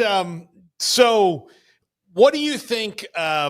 Okay, I asked you earlier about the Pac-12 and where they want to go. Yeah. Do you think that will happen this year, where they start maybe trying to snatch out, or do you think they kind of ride with the 8 for a little while? I think they're going to ride with the 8 for at least a year, because if your inability to get to 10 is due to exit fees or financial situations, that doesn't meaningfully change for a little while. If you want to get Memphis, you might be able to get Memphis in 2 or 3 years, but you're probably not going to be able to afford to do it now unless a private capital is willing to step in and underwrite that, or whoever is has all the FedEx money in Memphis decides to underwrite it or anything. You also are going to be in a position of strength if you have really positive seasons on the field. If the first year of rebuilt Pac-12 football ends up being very successful, or if they're getting multiple teams in the NCAA tournament and somebody makes a run for a little bit, I'm not saying that will alone change things. But it's easier to have these conversations with schools that are kind of on the fence about where they want to go if you could point to the scoreboard. I am not expecting any massive changes in membership in either the Mountain West or the Pac-12 after beyond what we've already discussed after July 1st. I recognize that by saying this, then I have jinxed myself, and that there's going to be something crazy that I don't know about that happens. But I would imagine those two are going to be a little bit more stable for the next year.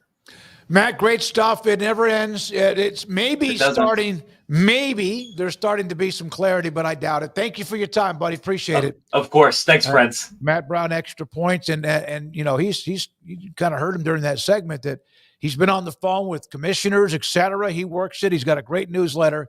If, in fact, you've never had it, it's called Extra Points, and does a great job with it.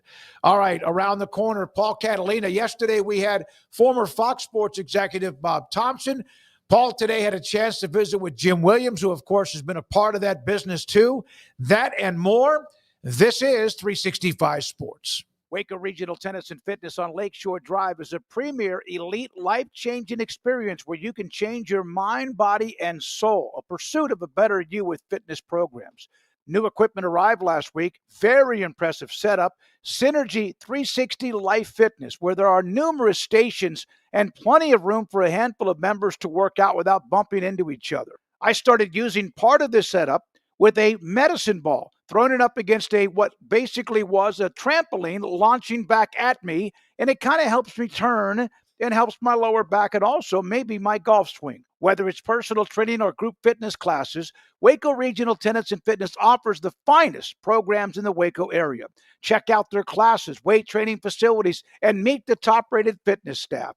Waco Regional Tennis and Fitness offers over 40 group exercise classes every week, including boot camp, indoor cycling classes available on the weekend. Special amenities, sauna in the men's and women's locker rooms, tanning bed, and the kids club. 16 tennis courts plus an 1,100-seat stadium court, 8 pickleball courts, youth and adult tennis and pickleball lessons going on constantly throughout the summer. Begin your journey today. Visit the website, wacotennis.com, or next to Hawaiian Falls on Lakeshore Drive in Waco. Alan Samuels House of Travel is a full-service travel agency with highly experienced travel consultants plus support staff with over a combined 150 years in the travel business. They are ready to take care of any travel situation for you, your family, and your business, and with the kind of knowledge to complete a seamless itinerary trip start to finish. They will search for the best deal to accommodate your budget from air to cars, ship to shore, hotel, and even meeting space. Name a destination and they've been there. They know the places to go, and international and missionary travel is one of their unique specialties. Alan Samuels House of Travel, celebrating 50 years in business. Call Connie, Sherry, Linda, or Bambi at 254-776-2560 or find them on Facebook or at houseoftravelwaco.com.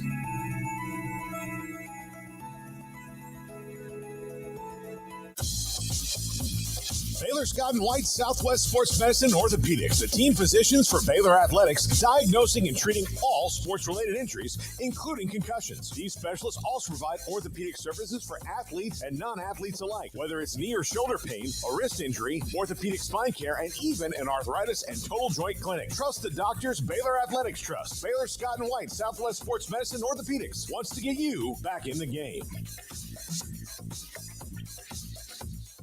With so many companies and policies out there, it gets so confusing shopping for insurance, and I never know if I'm getting the policy that's right for me. Luckily, I met the team at the Niche Group Insurance Agency. With the Niche Group, you can go to one company and get access to coverage options from many insurance carriers, and you get to speak to a real person about your specific coverage needs. With the Niche Group, I know I'm getting the right coverage at the right price. If you need insurance, talk to the experts at the Niche Group at 1-800-258-8302. Established in 2007 and independently owned, Alliance Bank Central Texas is committed to helping families and businesses meet their financial goals. From their tellers to their board of directors, they know the importance of superior service and competitive products. Customers have confidence knowing that their financial needs are in good hands. It's your bank, Alliance Bank Central Texas, with 2 Waco locations, 4721 Bosque Boulevard and 191 Archway Drive on Highway 84, and at AllianceBankTexas.com. Member FDIC and equal housing lender. Want to send a message to the show? Jump in the Rudy's Country Store and Barbecue chat room. Williams, media consultant with us, one of our favorite guests, one of the chat room's favorite guests, Jim. They asked us a couple weeks ago, like, hey, where's Jim been? And we're like, that's a good question. We should go ask and go find Jim. So we'll find him. Yeah, you're here by request. Well, that from our chat. The chat room's always fun. I mean, that's the good part. In the fun part of the chat room is they're too damn smart. That's the problem with it. Most of them know I would a lot. say yes. Yeah. Most of them I would agree with you on that, Jim. This Pac-12 deal. Yeah. And I do want to talk to you about the ACC deal because you are in the heart of ACC country. Right. How much of this extension of the Pac-12 deal with CBS, is a boon for the rest of those teams and makes it attractive to whoever would join Texas State TBD, because I doubt they're going to stop at Texas State or whoever it is, because they're going to want more, but they still need to get that eighth person. Yeah. The way deals are being done, and I saw Bob yesterday the way deals are being done these days, Paul, it's multiples, right? Mm-hmm. CBS was the anchor. They used the term anchor in all of their information. I spoke to people out there. I would suggest that the CW will be back. I mean, they have one more year left on their deal. They're pleased. Look at perhaps Ion jumping into it. Definitely Apple and Amazon and YouTube, and even some players like Roku might jump into it. What was not discussed in any of the media situations were two things. One, what about the Olympic sports? Okay, no mention of that. That was basketball and football. The other thing was, how many games a week is CBS Sportsnet going to do? Are they going to do one? They're going to do two? How many of those games? So that was not, it was a nice. I don't want to rain on the Pac-12's parade. Yeah. Okay. It was a nice day for them. It was a good announcement for them. It's a good partner to have. Okay, CBS, absolutely. But what we're seeing in these deals these days, Paul, take a look at the NBA deal, right? $76 billion. You have three partners. You have ESPN, you have Amazon, and of course, you have NBC getting back into it. But what you really have is five partners, and that is NBC has Peacock, and ESPN has ESPN Plus. So there's multiples of deals. The next big deal is the Major League Baseball deal, which is coming up in 2028. There could be, I've spoken to a number of people on that deal, and they're looking for NBA kind of money. Okay, for NBA kind of money, you're going to have probably as many as 4, maybe even 5 partners. Right now, they have 7. Yeah. So there you go. On that one, I just hope they make it easier to find the teams now after it's such a mess right now for them. Yeah. Jim, just so you know, since you and I started talking, Pete Thamel has tweeted this, that Texas state officials have informed the Sun Belt that they are expecting an offer from the Pac-12 in the near future, and the talks between Texas State and the Pac have intensified in the last 24 hours. So Texas State, brings them that foothold in Texas. They also have state in their name, so they fit. So they fit in. You don't want to be the one who's not state. The directional school. Yeah, in the Pac-12, but so that's coming. That's coming here soon, it appears. Now, they didn't say that they've informed the Sun Belt they're leaving yet. I guess they've got to see the offer. My guess would be that they are. If they're talking, they're not thinking about not going. None of these schools really creates a media market thing like they have in the past, but collectively it does make an interesting conference that, and Jim, you and I have talked about this in the past, that television executives, even the ones that know sports really well, they're all just selling shows, right? Sure. So the best television show is Tennessee versus Clemson. It's Ohio State versus Michigan. So when you're writing the plot of the television show, Oregon USC is a pilot that gets picked up. Right. And for the rest of these leagues, the ones that are newer formed or all that, that's all that they're going to try to do. I would say this in my opinion, and I'm curious to what you think. Sure. I think this group of 8 teams football wise can maybe write a better pilot for people to go. I mean, they're an upstart, that's for sure. This is not network television. This isn't Friends and Seinfeld and must-see TV.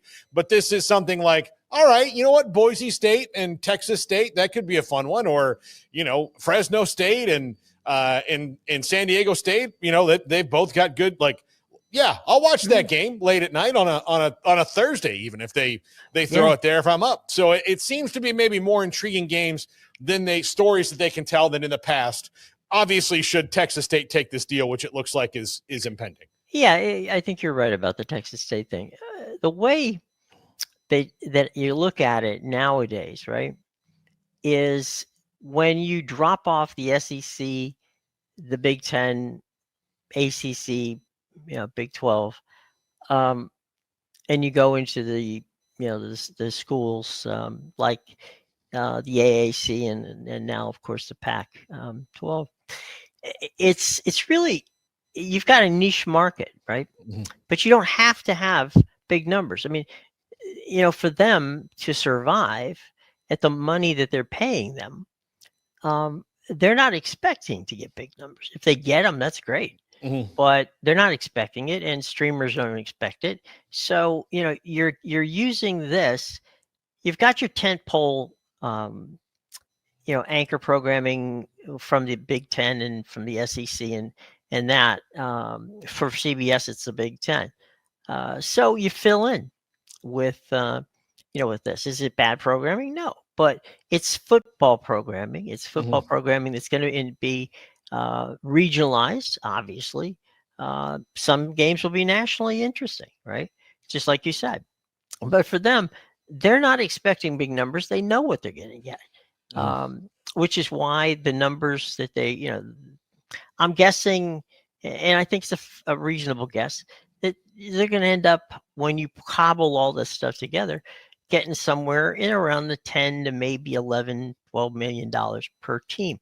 That's nothing to shake a stick at. However, remember that they're also going to produce the games. So there's cost in that. And they're going, which is not a bad idea for the Pac. And I agree with Bob yesterday. This is more exposure than it is money they're going to put to the, the athletic budgets. When it comes to the ACC deal and the incentive-based format of it, right? Is that going to be the new normal for leagues? Like maybe the SEC would be the last to do that because they've always kind of been built on the bedrock of everybody's like Vanderbilt and Bama have the same say. They get the same money.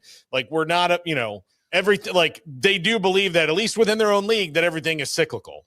So we're not gonna have this. You have more weight than another, which is why Texas has to be just sitting there going like, at some of those meetings, I'm sure. Right. But for the Big Ten, when their deal comes up, for the Big 12, I mean, the Big 12 might be more like the SEC just because of the fact that they all need each other. But but for the Big Ten, like that seems to be something that Tony Petitti would probably do. Well, Tony Petitti understands branding, right?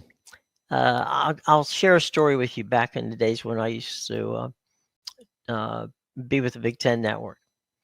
And I had lunch one day with Don Canham, who way back when was the athletic director at Michigan. And I said to him, Don, how come Northwestern doesn't come? I mean, you don't go to Northwestern, you don't go. When you play Northwestern, it's usually here. It's not in Chicago. He said, because when they come here, I make $1.2 million at the gate. When I go there, I lose $40,000. So he says, I'm actually tired of building, building facilities at colleges who do not move the needle. Okay.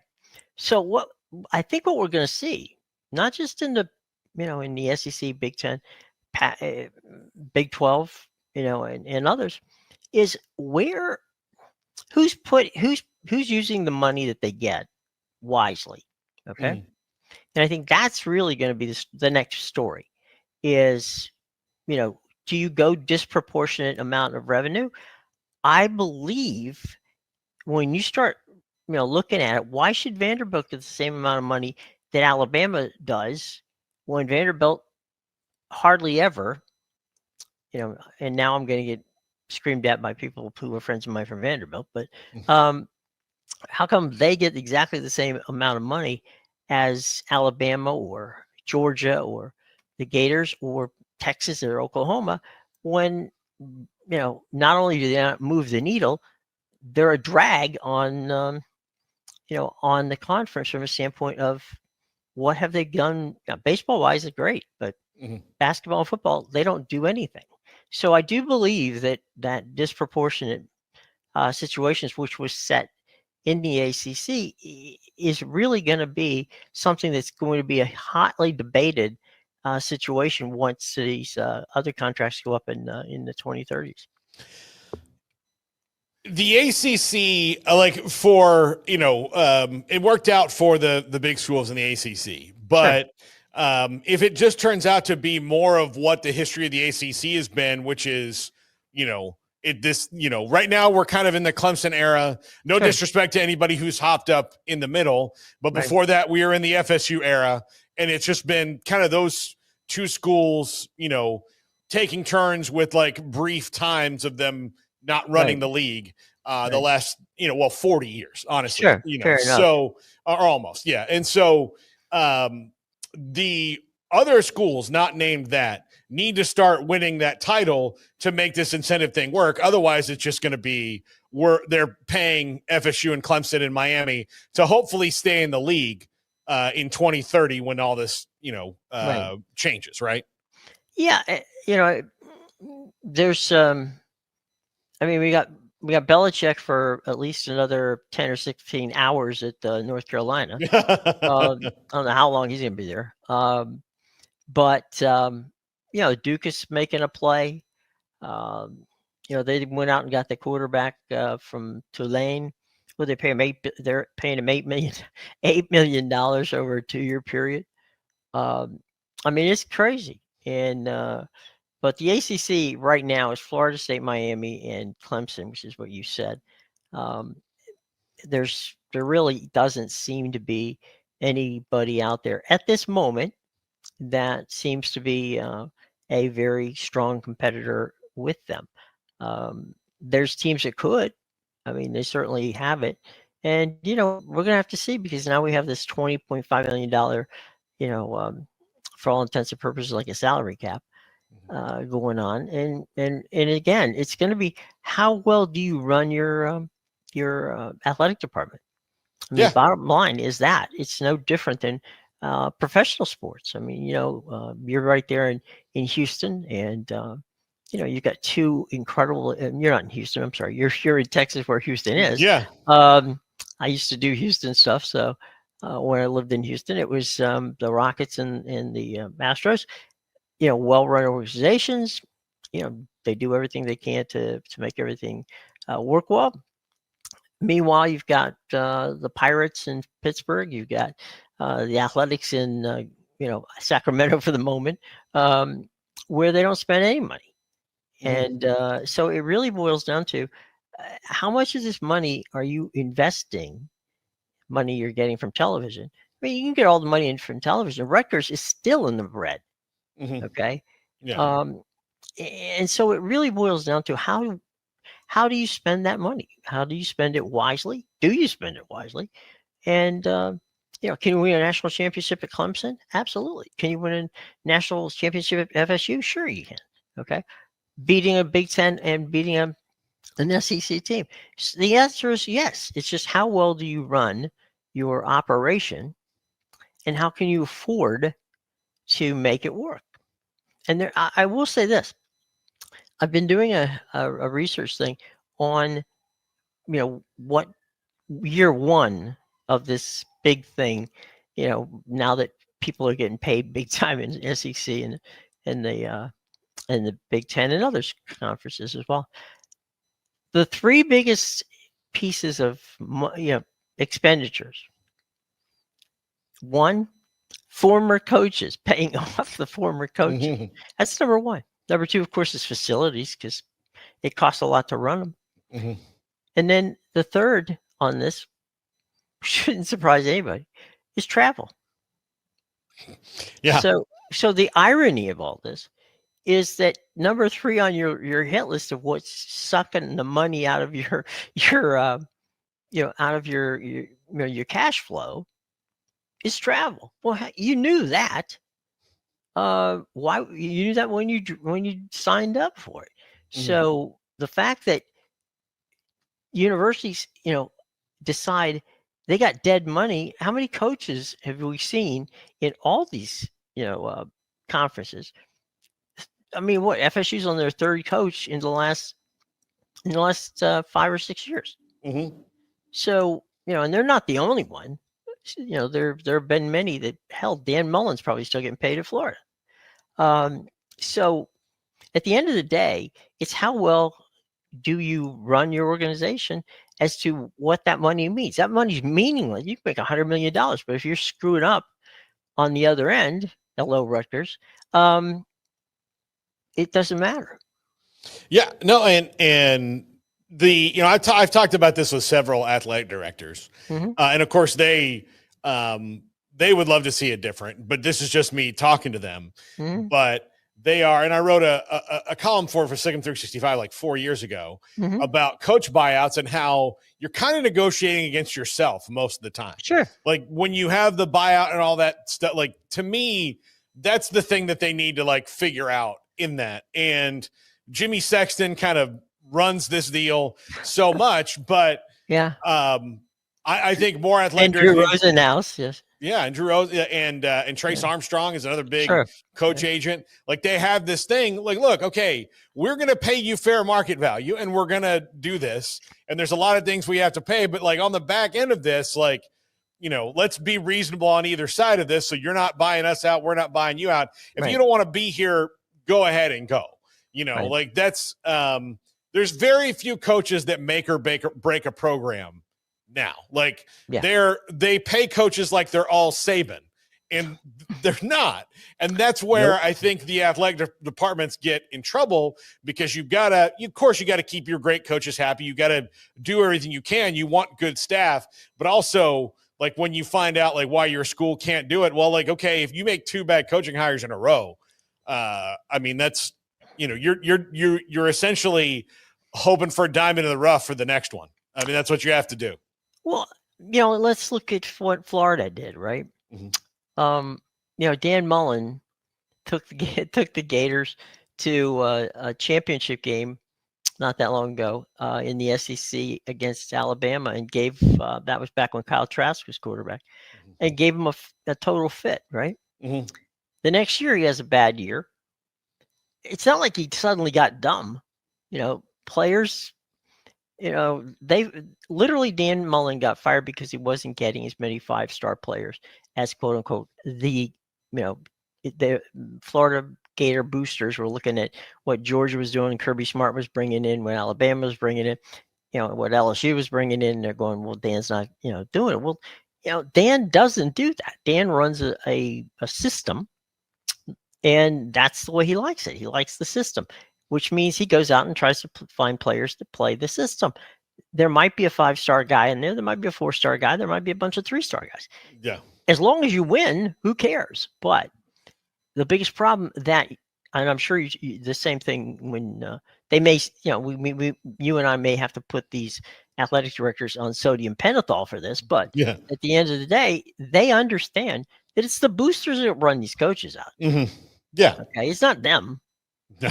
They're gonna hold on. And the problem is, if you make a mistake at an ACC school or a Big 12 school, or even SEC and Big 10, that's a problem. If it is at the Pac-12 or the AAC or Conference USA or wherever that might be, it's not a problem. It's a killer. Yeah, it really is. Jim, always great to talk to you. Enjoyed it. I'm sure we're going to have you back on shortly, because the Pac-12 will have to announce maybe like the other tenets of their media deal, and we'll have to talk about Texas State, and then whatever that means for the Sun Belt, the AAC, the Mountain West. Like it's about to get jumbled in the group of 6. That's for sure. It's going to be a mess. But at the end of the day, I think, Paul, that something that we all should be looking forward to is what's going to happen at 2030. Okay. What's going to happen? Are we going to see a super league? What are we going to see? Because as we both talked about just a minute ago, the drag on people running the operations and a disproportionate amount of revenue sharing and that sort of thing, those are the kind of things that make people very uncomfortable, and also very, just looking at the Super League type concept at that point in time. So we will see, my friend, but it was a nice day for the Pac-12. It's not, it's not earth-shattering, but it's a good news for them. And as I say, don't rain on their parade. It'll get better. We'll see what happens, and good on Texas State. I hope they make it in there. All right, Jim Williams, media consultant with us, one of our good friends, longtime friend of the show. This is 365 Sports. Jim Williams reached out when we had Bob Thompson on, what was it, yesterday, and he sent me a couple of long texts and getting his thoughts and feedback, so we appreciate him. Bob Thompson yesterday in getting a feedback on what does it all mean? Like, break it down. They did. We appreciate both of them for doing that. When we come back, the 5 o'clock hour, we will look at the Southern Cal Trojans. Is that right, Garrett? Yes, sir. And also around 5:15 or 5:20, we're not exactly sure, Georgia Tech quarterback Haynes King, the Manning Passing Academy, of course, is coming up this weekend. He will be an instructor, a consultant. He'll be a part of that camp. He was there when he was like a middle school player, junior high player.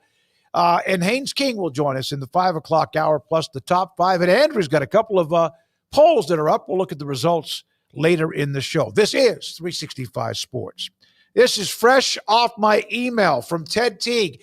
He actually called me earlier today. He's the CEO and general manager at Allen Samuels. Said, we got some new stuff for you. We need new copies for you, and I appreciate it. Starting right now, 2024 Ram 2500, built to haul, tow, and conquer whatever challenges you have. Right now, yours for $44,364 at Allen Samuels, Dodge, Chrysler, Jeep, Ram, Fiat in Waco. Need power? The Ram 2500 delivers. Need a deal? This is it. But hurry, trucks this tough don't sit around very long, especially at that price. So go see Allen Samuels, Loop 340 east of 84 in Waco. Big truck, even bigger truck at Allen Samuels, the 2024 Ram 2500 Laramie, $14,000 off MSRP. That's right, luxury strength, legendary Ram power, $14,000 discount. Hurry up again, Laramie is going to move fast as they always do. So you have that and more. Allen Samuels, Dodge, Chrysler, Jeep, Ram, Fiat, Loop 340 east of 84 in Waco. Automatic Chef is your local vending, office coffee, and micro market provider, delivering outstanding service to break rooms all over Central Texas for over 50 years. Automatic Chef brings the best products to your location at the best prices. With hundreds of choices in fresh food, coffee, snacks, and drinks, let Automatic Chef tailor a break room solution to your needs. Make break time great again with Automatic Chef. Automatic Chef Canteen, 6900 Imperial Drive in Waco, or online at automaticchef.com.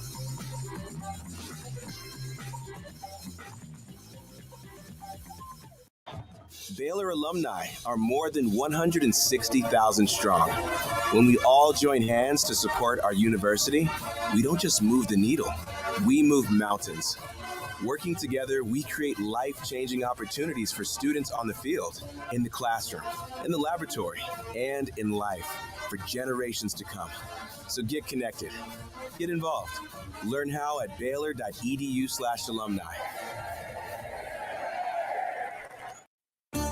There are 26 letters in the alphabet, over 600,000 words in the dictionary, and just 3 of them said together can change everything. Let's order pizza. Those 3 words lead to dough made from scratch and 3 fresh signature cheeses that blanket golden crust in a heavenly melt on Marco's Pizza that'll blow your mind. So visit marcos.com to order and stop by Marco's Pizza in Belmead, China Spring, Woodway, and in Robinson. Marco's. Pizza lovers get it.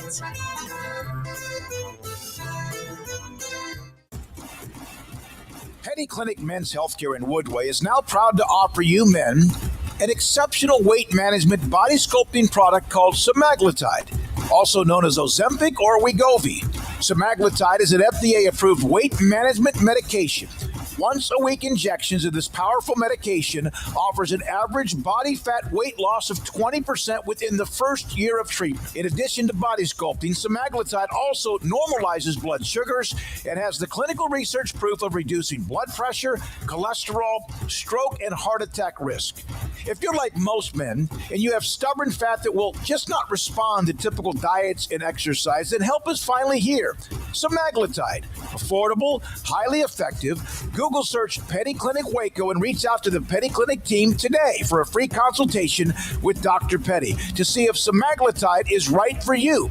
Go to pettycliniclowt.com.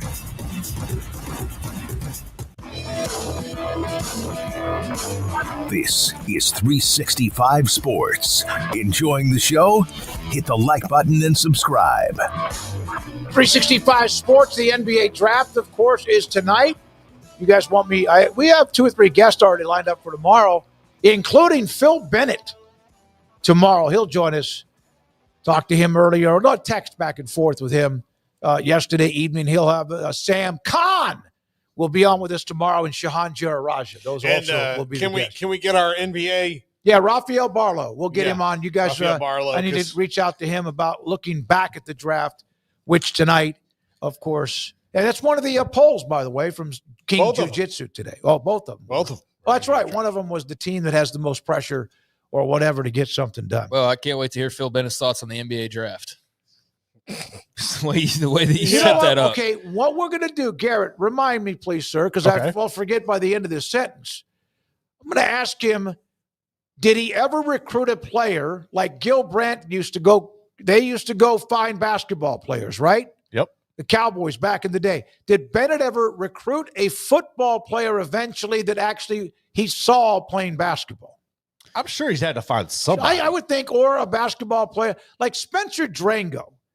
The night that he committed to Baylor back in the day, he was actually at a basketball game, I believe, playing. What a power forward he would have been, right?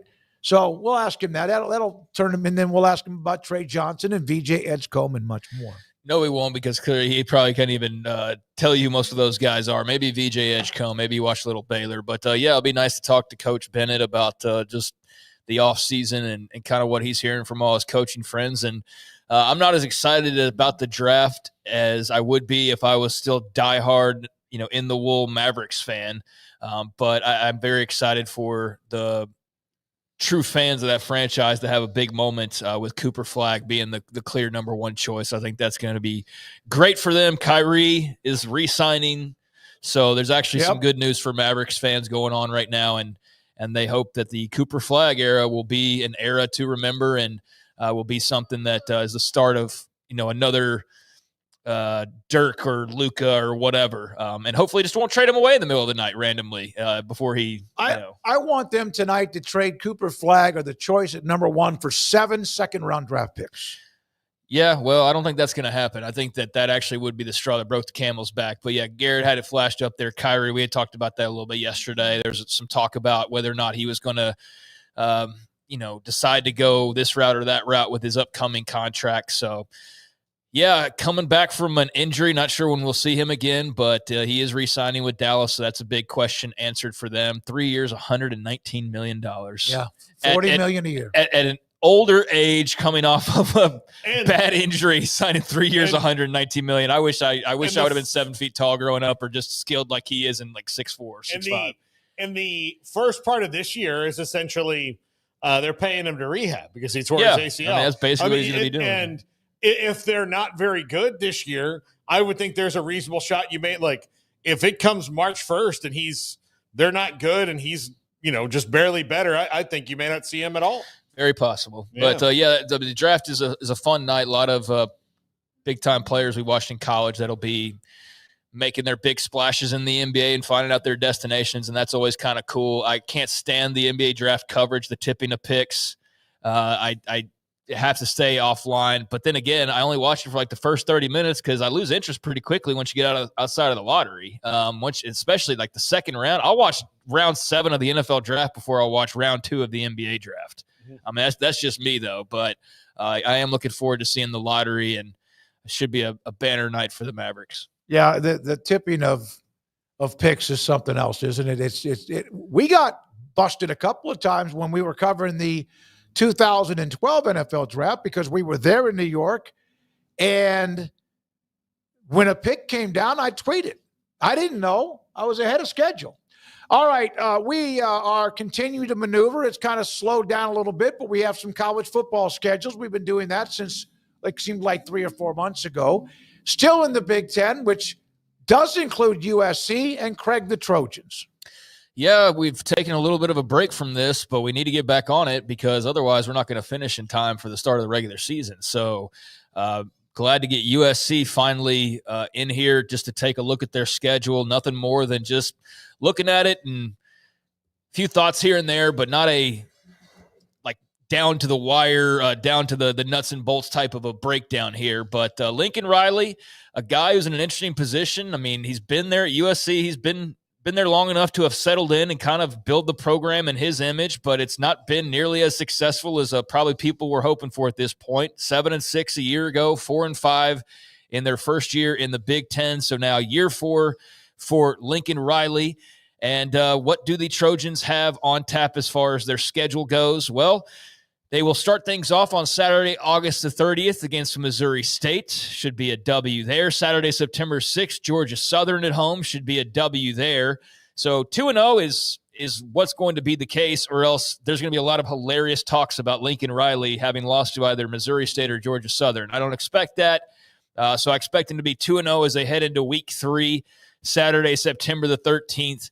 They will start up Big Ten play as they take on Purdue. And interesting thing with their schedule is Notre Dame is their other non-conference game. So I know we've had some talks about the future of the USC Notre Dame series and rivalry and all of that, but they'll play those 2 non-cons and then get right into Big Ten play, and then Notre Dame sandwiched there in the middle of their Big Ten game. So at Purdue, kicks off the conference schedule there in week 3, Saturday, September 20th, Michigan State at home, and then closing out the month of September, 5 straight games, and then they will close September and also head into their first bye week as they travel to Champaign to face off with Illinois. So there's their first month: Missouri State, Georgia Southern at home, at Purdue, Michigan State at home, at Illinois, and then their first break, and then a pretty interesting stretch right out of that first break that I'll get to. Yeah, and look, they'll be 2-0 at least. Yeah, for sure. But I get Lincoln Riley not wanting to schedule tough games if your schedule looks like this every year. But we've seen in these mega conferences that your schedule won't look like this every year. Mm-hmm. This one, the welcome to the Big Ten for USC has been, from the scheduling part, this is a big middle finger. This is the Oklahoma of that, because this is a tough schedule. But I don't like that he's using it to be like, well, we just have to play all Missouri States but they're not playing Penn State or Ohio State, with the 2 best teams maybe in the conference. Yeah, so okay, fair point. No, he's a spinner though. There's still the reputation that he ran from the SEC. That's why he left Oklahoma, which I think that was at least a contributing factor. I don't think it was the entire reason, but I would not doubt it if he's finding ways to skirt things, but then promote them, assert, well, the Big Ten schedule is just so tough, and we got to but yeah, they should easily be 2-0, and then after that, we'll see.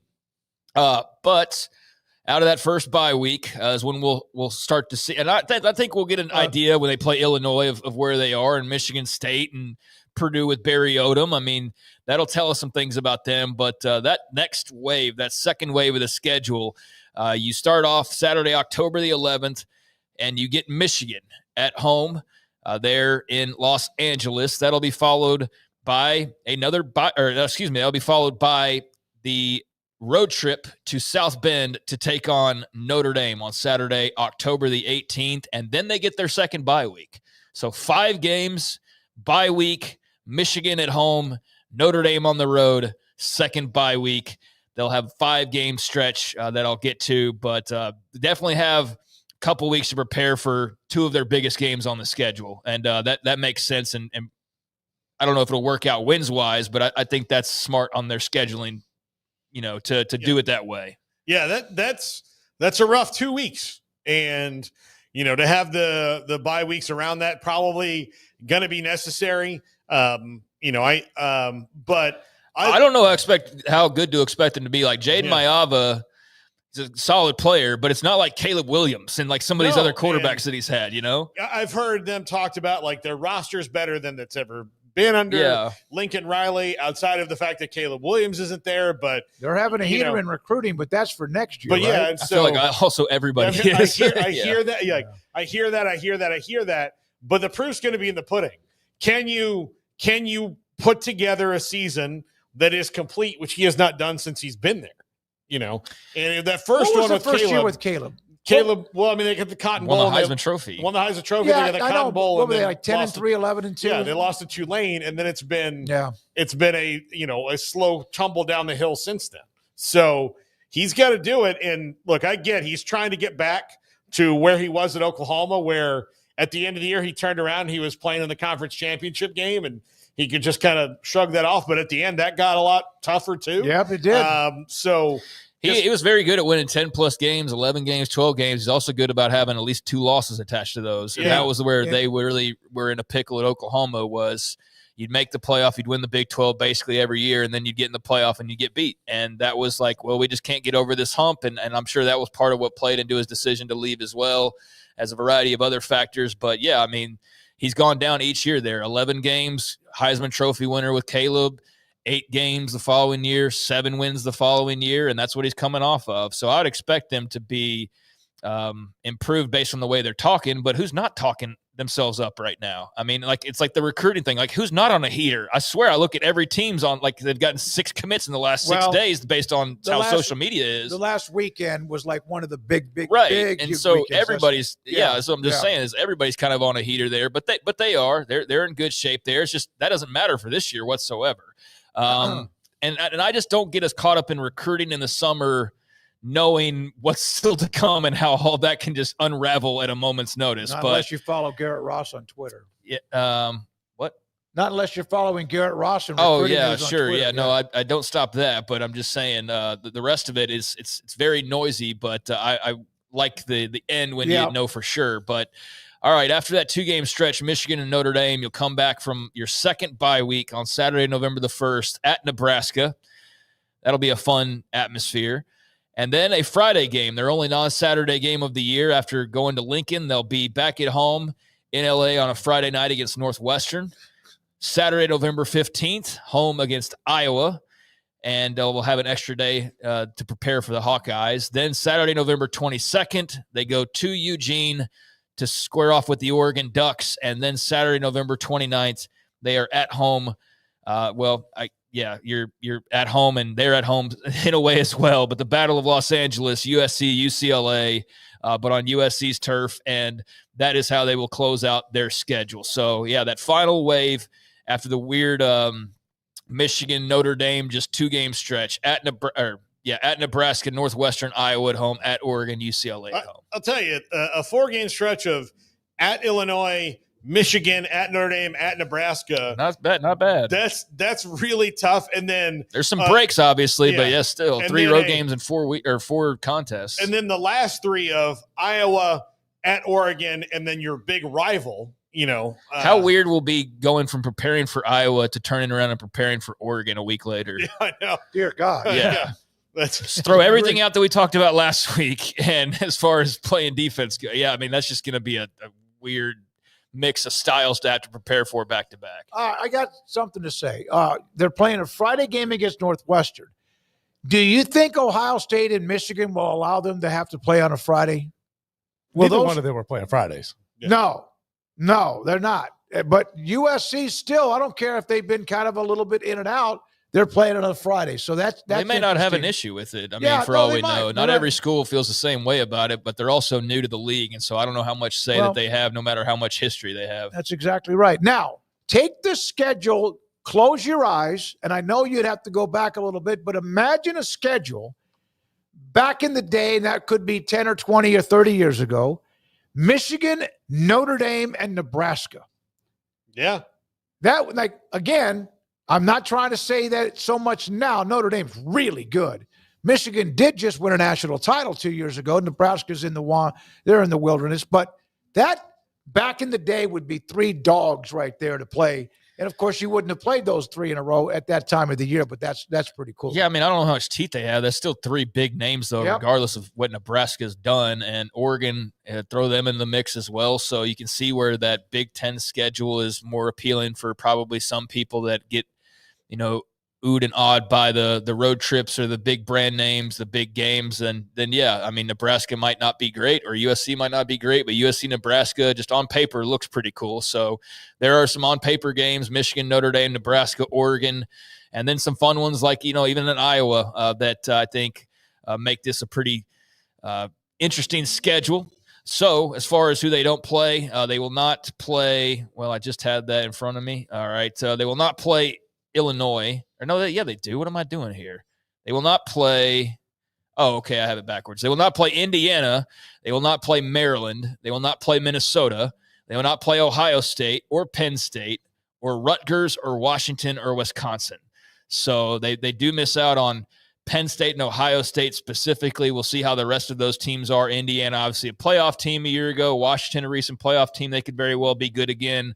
Wisconsin better be a very good team, or else they're probably starting to figure out buyouts and things like that for Luke Fickell. But they will avoid those teams on this schedule. So all right. Yep. There you go. There is USC in 2025 and what they have as far as the road ahead. I have a feeling that they're going to be pretty good this year. Now, again, they should be because they still have a bunch of good people, good players, talent, whatever, Lincoln Riley. But I just feel like, no, you don't think so? I just feel like that perhaps it's been quiet and maybe they've gotten some things done to put together a team that's got a little bit of crustiness to it, a little anger to it. I don't know if that's the case, but I feel like they'll bounce back better this year. I think they have high expectations. They're not really shying away from that. They're not leaning into it like a Texas Tech or someone like that that's really playing this year up and its importance. So yeah, they might sneak up on some people, and maybe it's a quiet confidence for them, I suppose. But yeah, there's their schedule. All right, Craig, thank you very much. USC, Southern Cal. Do they like, and Roger the Dodger, who's in the chat room, there are some, I thought I call them Southern Cal. That's what I've always called them, but that they don't like that. The fans don't like that. I don't know if that's the case. It's like when Paul used to say, what did you call them? The University of Central Florida Golden Knights that one year. Yeah, that wasn't me, but I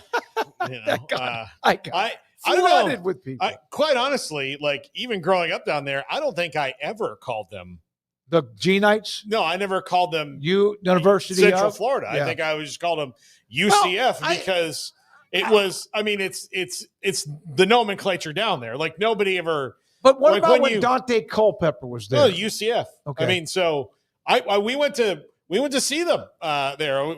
They played Bowling Green at the Citrus Bowl, and my high school football team took a couple vans up there and went to see them, and they let you down in the field to walk around. And I remember walking up next to Dante Culpepper thinking like, hey, this guy, he must be one heck of a tight end or defensive end or something. Yeah, he's a big dude. And then like this, like the receiver, they do the thing where the receiver catches the ball and then throws it to him. Yeah. And so receiver caught the ball next to him and threw it to him, and he fired off a rocket down the field. And I was like, holy crap, that's the quarterback. I'd never heard of him until then. We, of course, had the experience when they hammered Baylor in the Fiesta Bowl, right? In 2013. Yeah. With Blake Bortles and company. They were really, really impressive. All right, when we come back, I'm working now. I'm getting rid of Tex Haynes King, Georgia Tech quarterback, on whether or not he is available. While we do that, you had an NFL story you want to get to, and I didn't even know. I did not see this earlier. It's a gigantic story that hasn't really been covered all that much, but Paulo Torre and Mike Florio Paulo Torre did the work and on it, but the NFL and NFLPA have not responded to requests for comments on the collusion ruling that emerged on Tuesday from a few months ago. They were both trying to keep it hidden because now you've got players that are considering suing some teams because there was a meeting between an arbiter meeting between the NFL and the NFLPA where they called players, they called 8 owners, Roger Goodell, several other people, and went through some of the things about collusion. What set this off was when the Browns traded for Deshaun Watson, they gave him a contract extension that is the dumbest contract in the history of pro sports. Dude, they should the Browns should be forced to skip a year of even running a franchise. Like just ridiculous, just dumb decisions after dumb decisions my entire life watching that organization. Yeah, exactly. And this one was a fully guaranteed contract, which the NFL does not do. And that was the worst one they've ever done. Like of all the dumb decisions, giving Deshaun Watson fresh off of all these allegations as much guaranteed money. For a year and a half. Just like the dumbest thing I've ever seen. I could not believe that when I saw it, except for it said Cleveland Browns, and you're like, oh, okay, well, of course they would do it if anybody would. So what happened was the NFL had sent this guidance through the management council to the teams that said, hey, don't do this. The only reason that the arbiter didn't say that it was collusion was that not everybody agreed to do it. So in the case of NFLPA versus NFL owners, it can only be collusion if all 32 agree to do it. I did not know that. So I did not know that had to be everybody. Now you can have a little bit of collusion. You can have little pockets, but that doesn't mean the entire organization is doing it. But it's right on the cusp. It's kind of like Todd Golden's thing with Florida this last year where they said, like, look, what he did wasn't illegal. It wasn't proper, but it didn't completely violate the standard set forward, but it wasn't good. That's what this is. It's not good. It's it's as close to collusion as you can get without it being called collusion. And it's not going to be good news for the NFL. And Pablo Torre just left the DraftKings network, and he hasn't said this, and he probably won't because of contractual things. But the fact that this story drops and then that news happens the next day is not all that surprising to me, considering their partnership with the NFL. All right, collusion. If you get hit with collusion, you are screwed, Mike. Yes. They are going to hammer your ass. Well, and so the NFL didn't do it, but now they have this story of well, we're not doing it, but we're sure as hell trying to. Well, the guy, the big piece of evidence is an email between Jeff Pash, who's the league counsel, and Roger Goodell. And Pash is telling him about the Watson deal and these large guarantees and all of the players that have gotten these big contracts. And he's basically letting Goodell know that there's going to be this clearing of all these deals that have just been made, and this next wave is going to begin. And if this next wave begins, they're still at a point where they're not sure how much there will be this. He just gets into the whole conversation about these large guarantees. And then Goodell responds back. And just the simple fact that it's in plain writing that these two are talking about collusion, maybe not to the T, but basically that's what it is the big smoking gun here. And then this Jeff Pash guy is gone a few months later after this happens. So he's not even with the NFL anymore. So would you look at that? This guy sends an email that's got damning evidence that Goodell responds to, and then he's gone not too long thereafter. That's also a way you could look into this and say, oh yeah, something funny is going on here with this entire thing. And I would not put it past him whatsoever to try and collude to bring some of these contracts down, especially in light of the one that set the bar, which was the dumbest contract I've ever seen signed in sports, which was the Deshaun Watson Cleveland Browns contract. I cannot believe they gave him all that money after what he was dealing with.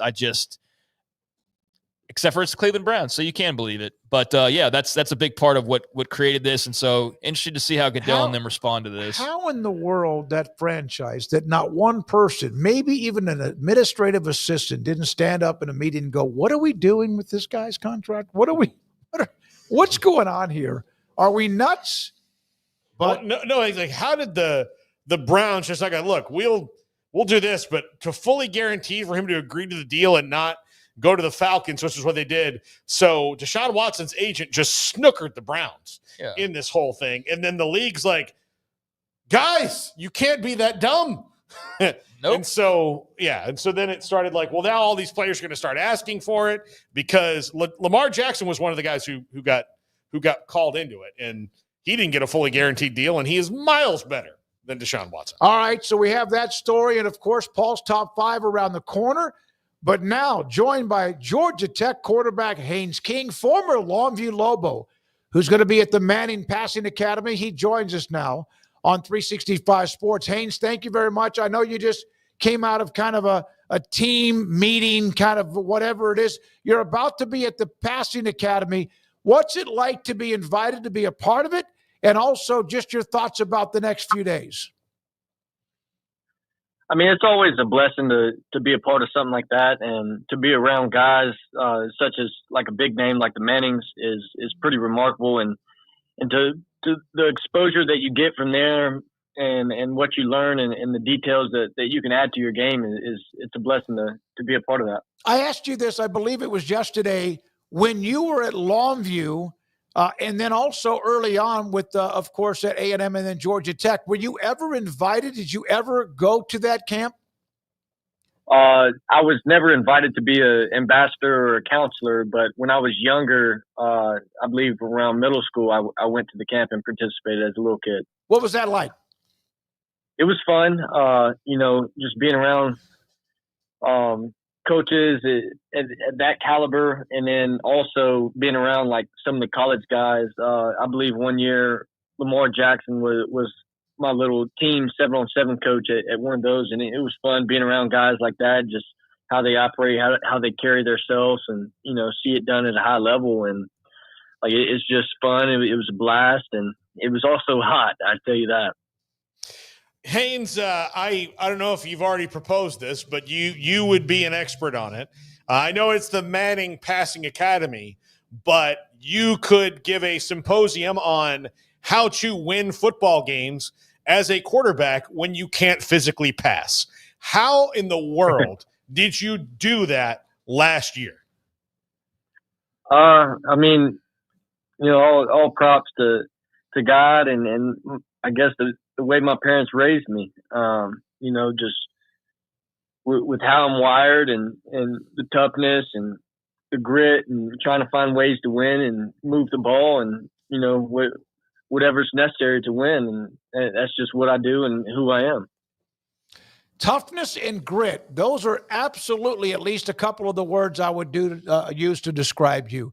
And that's the way you were when you were started young as an underclassman at Longview and the way you were at A&M and the way you were.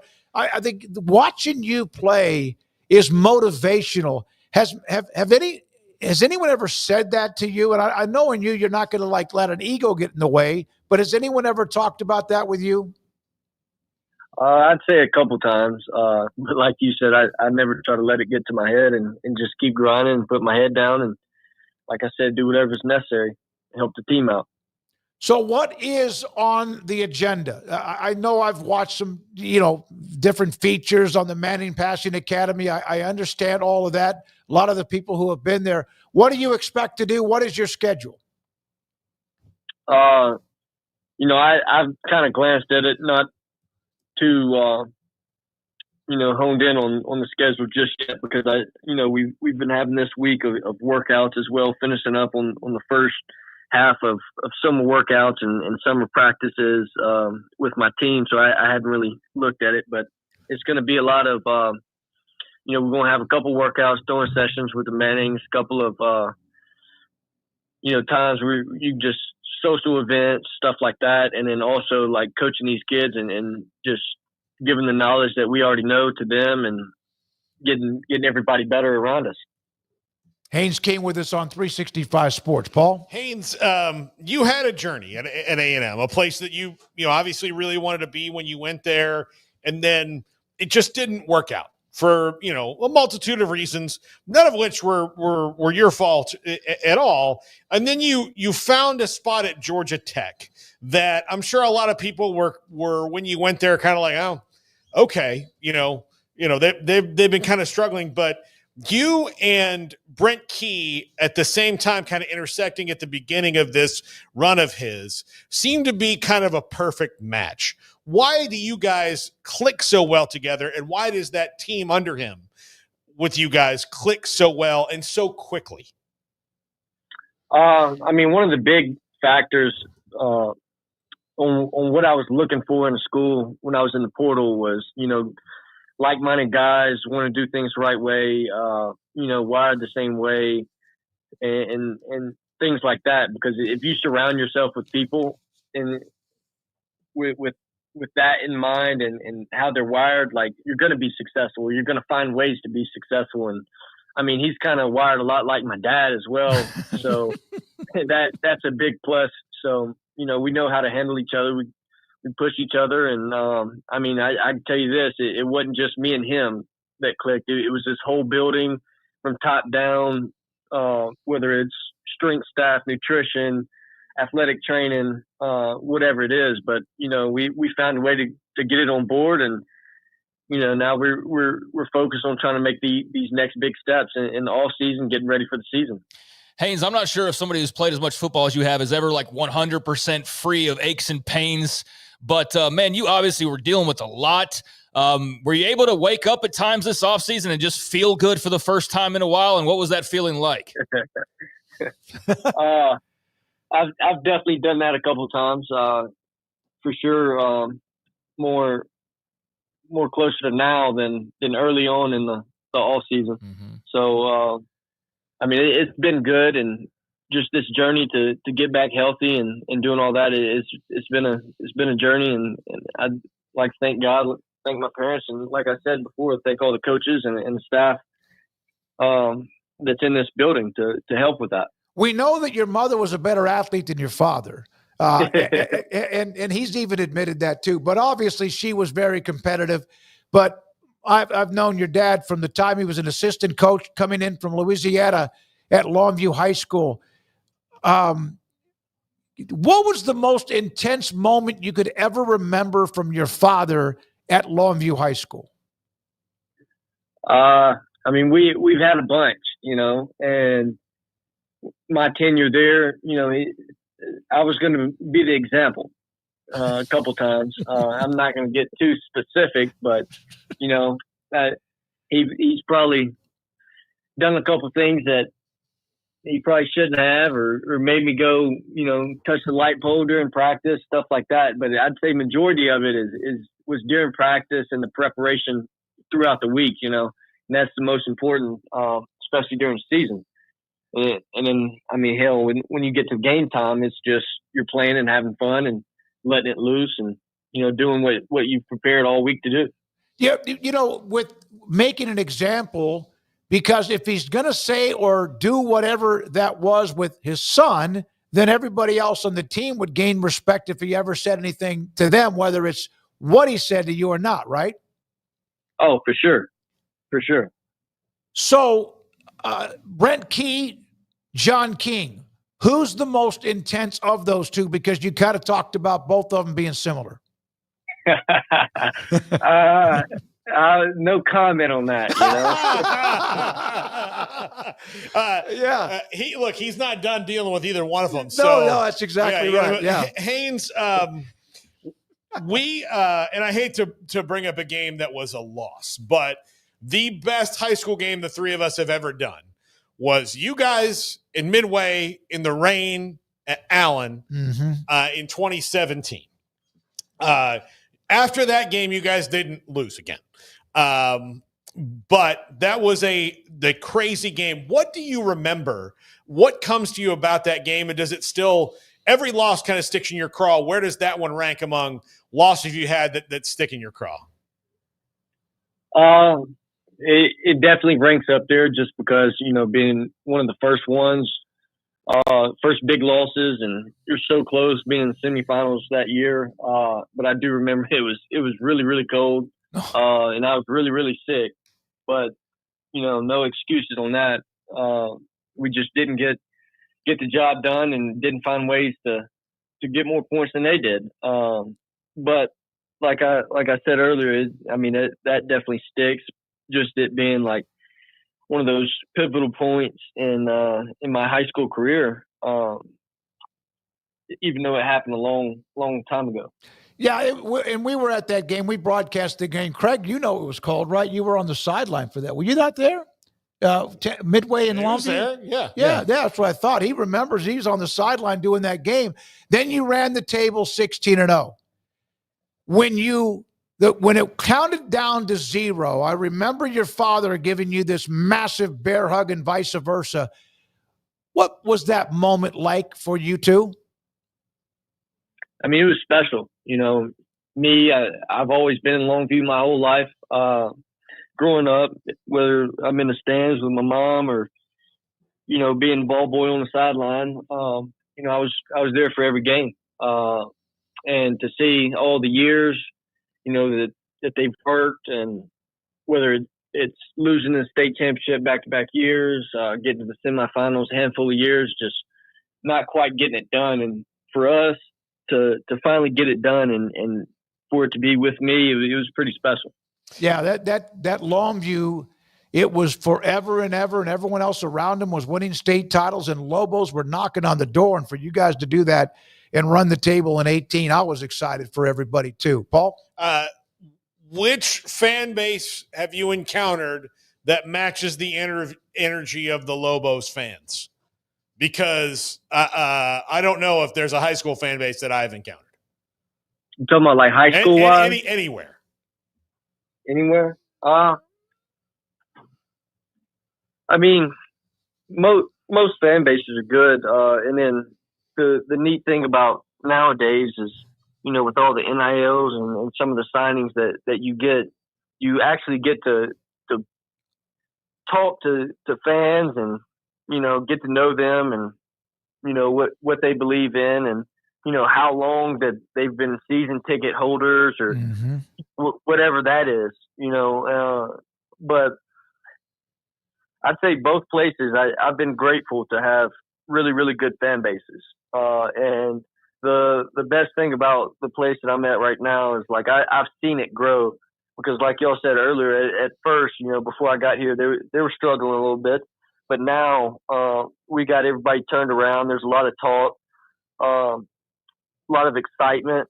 So everybody's starting to show back up, and it's pretty amazing. And I mean, you could see like on national television, we got games like versus Georgia, versus Miami, all the people traveling, stuff like that. And then, I mean, heck, you can go back in my career at A&M where the population of College Station probably doubles or triples on game day, So I've been blessed to have really good crowds and really good fans and fan bases. So it's really good. So ACC football, obviously last year SMU, and you know them because that was right here in your home state, but also Clemson made the run, won the ACC title, and won the college football playoff for both of them. With Florida State has been down, not sure about who they are, but other teams are good too. What was it like last year? What do you expect this year? We got a lot of really good teams in the ACC. They downplayed a little bit, which is, it's tough luck. But, we, like I said, from top down, we got really good teams in the ACC.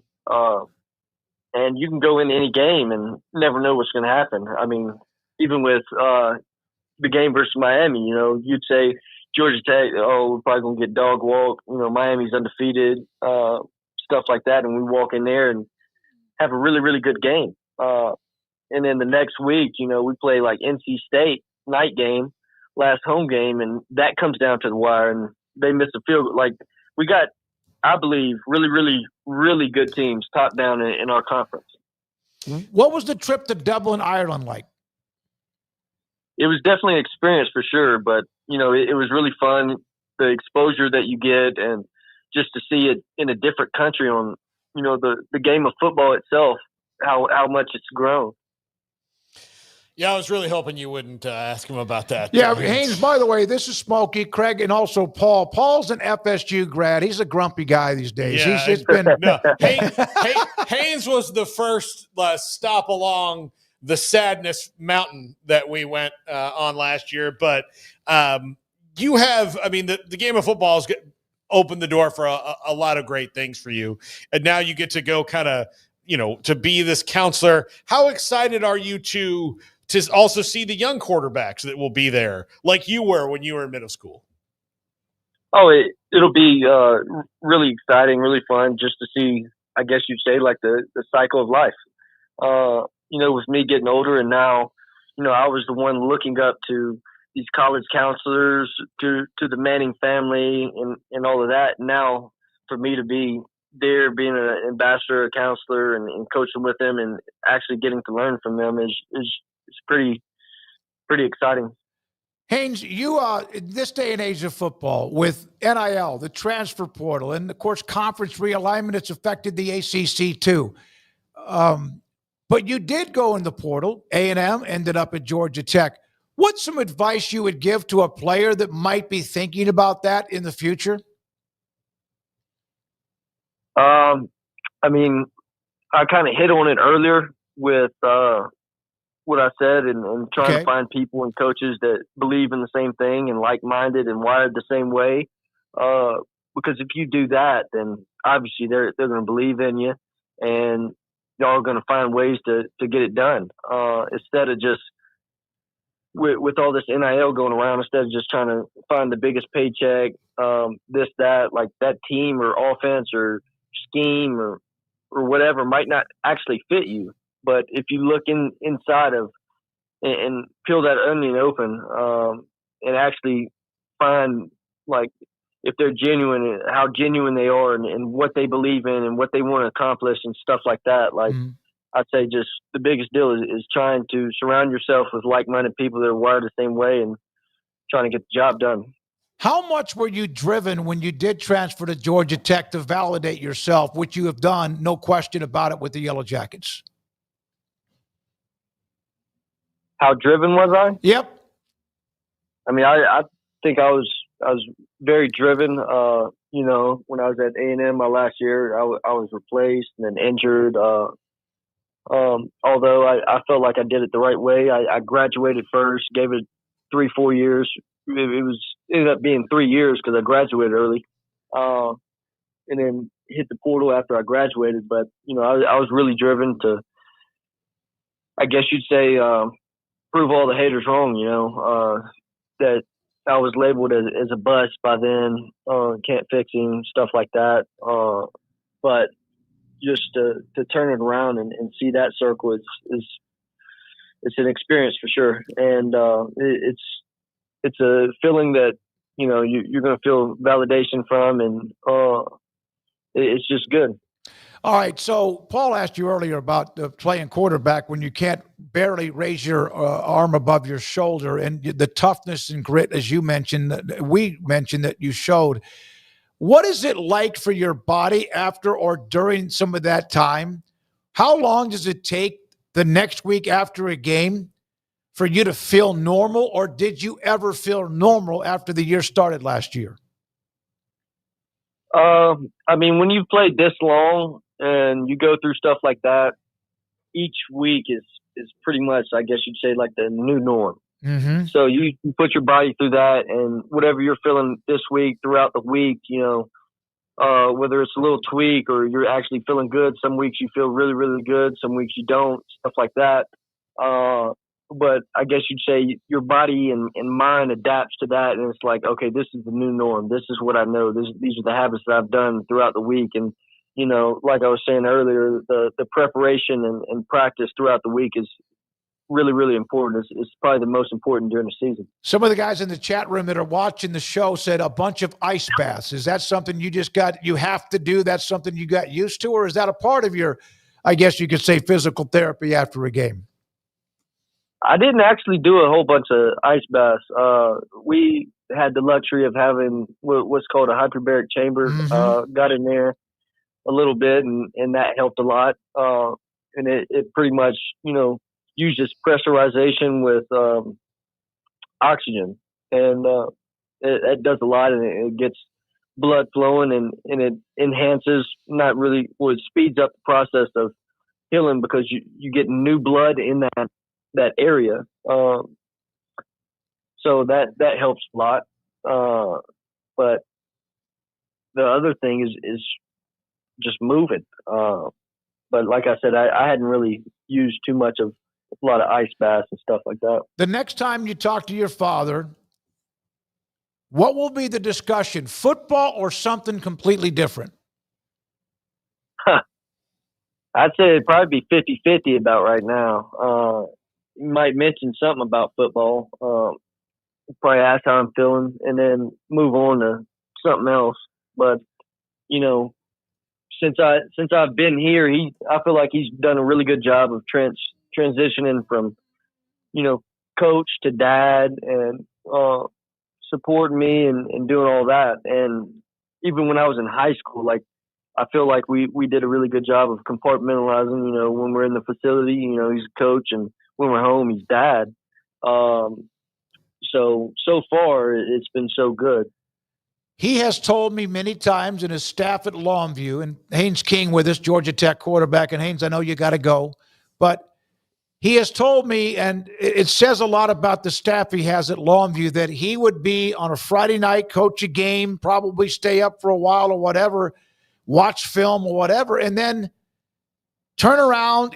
He and your mom would either drive or somehow find an airport close by to find a way to go watch you play. And it wasn't always easy to get to. What did that mean to you? It means a lot, just for them to go through all that. And I mean, heck, I've seen it happen and what he has to go through even for his job, and just for him to, find ways to continue to show up and support and make games like that. And it means a lot for sure. And seeing them on the little Yellow Jacket walk and giving them hugs before games, it's enlightening. And it's just really good to see, heartwarming. All right. Good luck. Have fun this weekend at the Manning Passing Academy. I'm glad you're able to be a part of that. You represent what they represent about as well as anybody else can. Appreciate what you've done, also what you're doing, and thank you for giving us time, because I know you got a busy schedule ahead of you. Yes, sir. Thank you. Thank you. Haynes, somebody just asked, no matter what happens with your career, whatever is next for you, is coaching going to be something that's in your blood because of your father, and is that something that's on your mind?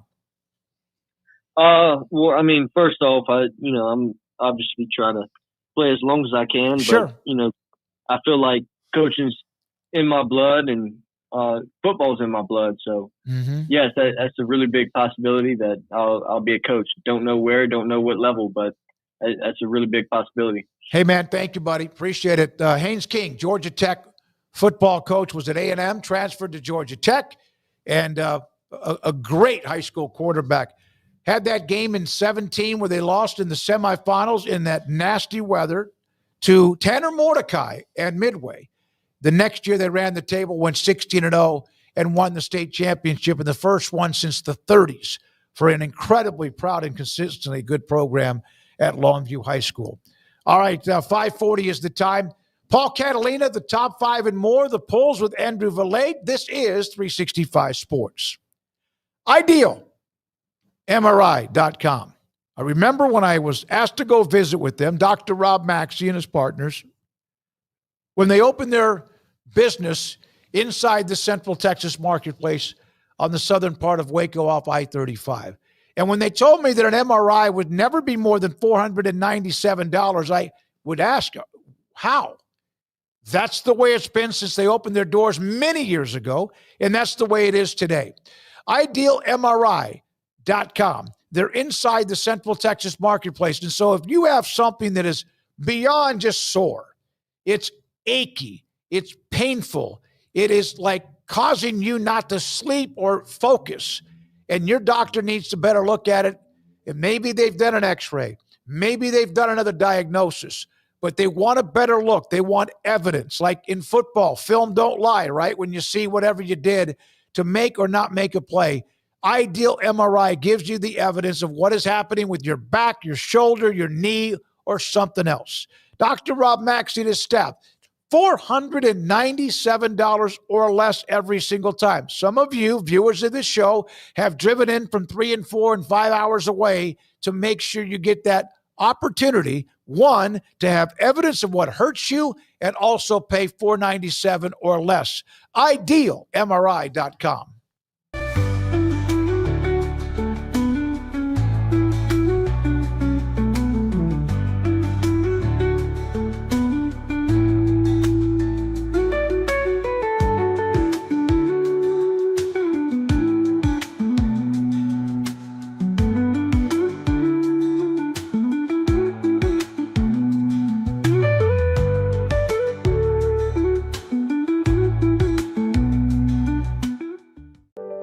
Overwhelmed by your inbox? Clean Email is here to help. Organize, clean, and manage your emails with powerful automation tools. Say goodbye to spam and clutter and enjoy a stress-free inbox. Try Clean Email today at cleanemail.com. That's CLEAN email.com. Founded in 1910, Samsonite is the world leader in durable, high-quality luggage and travel accessories. Made to the highest standards, our products won't let you down. We give you the confidence to get out there and explore. Inspired by the past, devoted to the present, and built to inspire a multi-generational future, Samsonite is here to elevate your journey. Travel with Samsonite and pack confidence every step of the way. Shop now at shop.samsonite.com. Samsonite.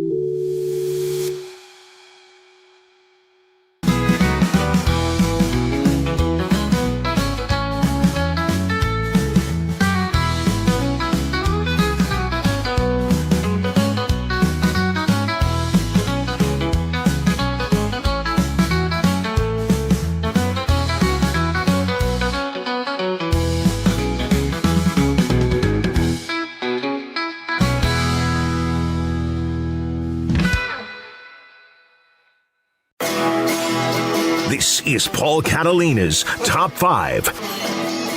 Well, hello. That was creepy, wasn't it? I intend not to be creepy for the rest of the time.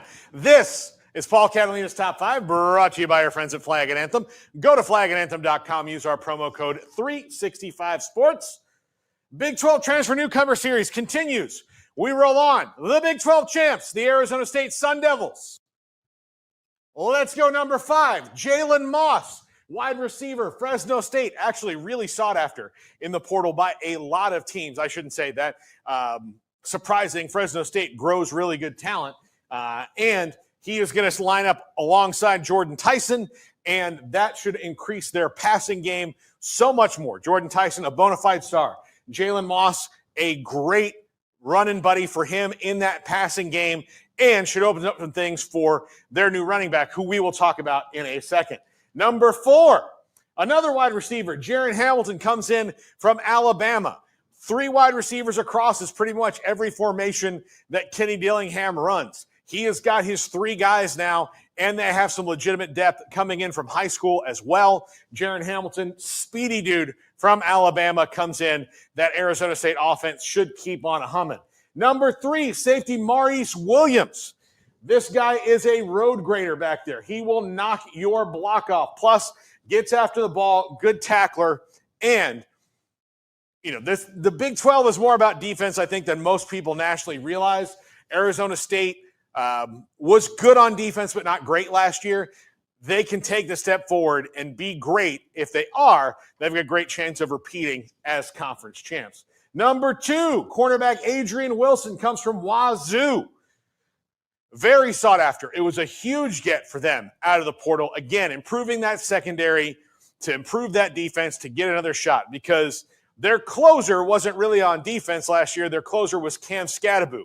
They replaced him with Kanye Udo from Army. He steps in from West Point. He is very accomplished in the running game. Is he Cam Scadaboo? No. But God in heaven, who is? But he steps into that role for Cam Scadaboo with the 2 wide receiver additions, in addition to what they've done in high school recruiting, and adding Kanye Udo. I don't expect to see much of a slowdown from Kenny Dillingham's offense. Can the defense be better? That's the question. It was good enough last year. It was good, but it can be better. We'll see where it goes, but they have a lot of weapons in Tempe right now. And this guy is the key to the whole thing, because Sam Levitt back there is going to need some help in the running game, because you lose Cam Scadaboo. Can you replace some of that production in the aggregate with Kanye Udo and others? Probably can, given the offensive line is already pretty set. And like I said, Sam Levitt's an elite quarterback. Jordan Tyson, elite wide receiver. He's got some buddies to go with him now. This is the top 5. These are the polls. Smokey, who was late, can read them. Otherwise, he doesn't get paid today. Well, that's not true, because I'm here. I said 4 o'clock. I got here at 3:22. Andrew Valade. He wears that damn Tony Romo cap backwards. You ever notice that? That's kind of getting old full of himself. That's it. No, I think that's his look. You can do that when you're young. Which prospect will be the best NBA player in 5 years? Of course, Cooper Flagg's going number 1 tonight to Dallas. VJ Edgecombe will most likely be in the top 5 at 21%. Dylan Harper, Tennessee, right? Rutgers. Now Rutgers. Bailey's the guy, kind of he's a little not bit of gone on a any fly in visit. the ointment. Yeah, he's not gone on any visits, but I heard Jay Billis say, "Look, it didn't hurt Eli Manning or John Elway. Like he may be like rubbing some people the wrong way, but we'll see what happens." Like Trey Johnson, UT 4%, who at times could just take over a game with what he could do on offense. I think it's going to be Cooper Flagg. I think he's got. I know a lot of people compare him to LeBron and all that. I think he's Scottie Pippen. Like he reminds me a lot of Scottie Pippen. He can guard all 5 positions. And if somebody uses him like the Bulls use Scottie Pippen, where they put him on the point guard and just ruined his life. Yeah, that would I mean, that's how. Outside of Jordan, the way that they were able to beat teams like Utah over and over again was, John Stockton didn't have to get guarded by Scottie Pippen most nights, but then he did when they played the Bulls. So it made his life harder. I think Cooper Flagg can be that. I do think VJ Edgecombe's going to have a fun career, and I hope he goes somewhere that will let him flourish, that coaches well, that's a fairly stable franchise. But I do think he's going to have a fun career. All right, so Cooper Flagg with 2/3 of the votes, dominant that vote. We don't get many where it's that one-sided, and that one makes sense that it is. Which team faces the most pressure to get this draft right? One, the Mavericks can't screw it up. They have Flagg. 35% the Hornets, 28% the Spurs, 22% Washington, the Wizards, and 15% the Pistons. Yeah, I think I don't know. I don't think the Spurs have a lot of. I mean, they've got Wemby. They're probably going to draft Dylan Harper now that the veterans are off the table. They've got the 2nd pick and the 14th pick. I think that 14th pick could very likely get spun off for a veteran to come in there. But I do think that the Hornets, they've gone through all this with Zion. They've got to get it right. The Wizards, I mean, God, they're just. I would be so depressed if I was drafted by the Wizards because they've not been anything forever. I can't remember I can't remember the last time they were. They had who was the guy that played at Michigan? Depressed, but I would know that I'm probably going to wind up having to go somewhere else in my career if I want to win a title. So. Did Chris Webber ever play with? Why do I say that? Because I can match up the name. Okay, that's what I thought. Okay, all right. So there you are, pretty even for the most part, though. The Hornets with 35%. All right, King Jiu-Jitsu, thank you, Andrew, for that. He also is about to slam a lot of what we do. Doing a great job, Andrew, in getting a lot of the segments and even topics or even opinions up on various parts of social media and more. And then with the polls, of course, as well. Thank you, Garrett Ross, for running the mothership. Have you come down from LSU's World Championship? National Championship yet? I mean, I'm in the process. It's a process. I'll be down in a couple days. We're so tired of you. I've had 8 of them, And that doesn't include all the others that you've had. Also, thanks to Emery Winter. He's working on 365 Sports tonight, 10:30 tonight on the CW. Our great sponsors who are, the backbone of what we do. But first, it's you, our audience. Thank you very much for your time. For Craig Smoke and Paul Catalina, I'm David Smoke. This is 365 Sports Tonight.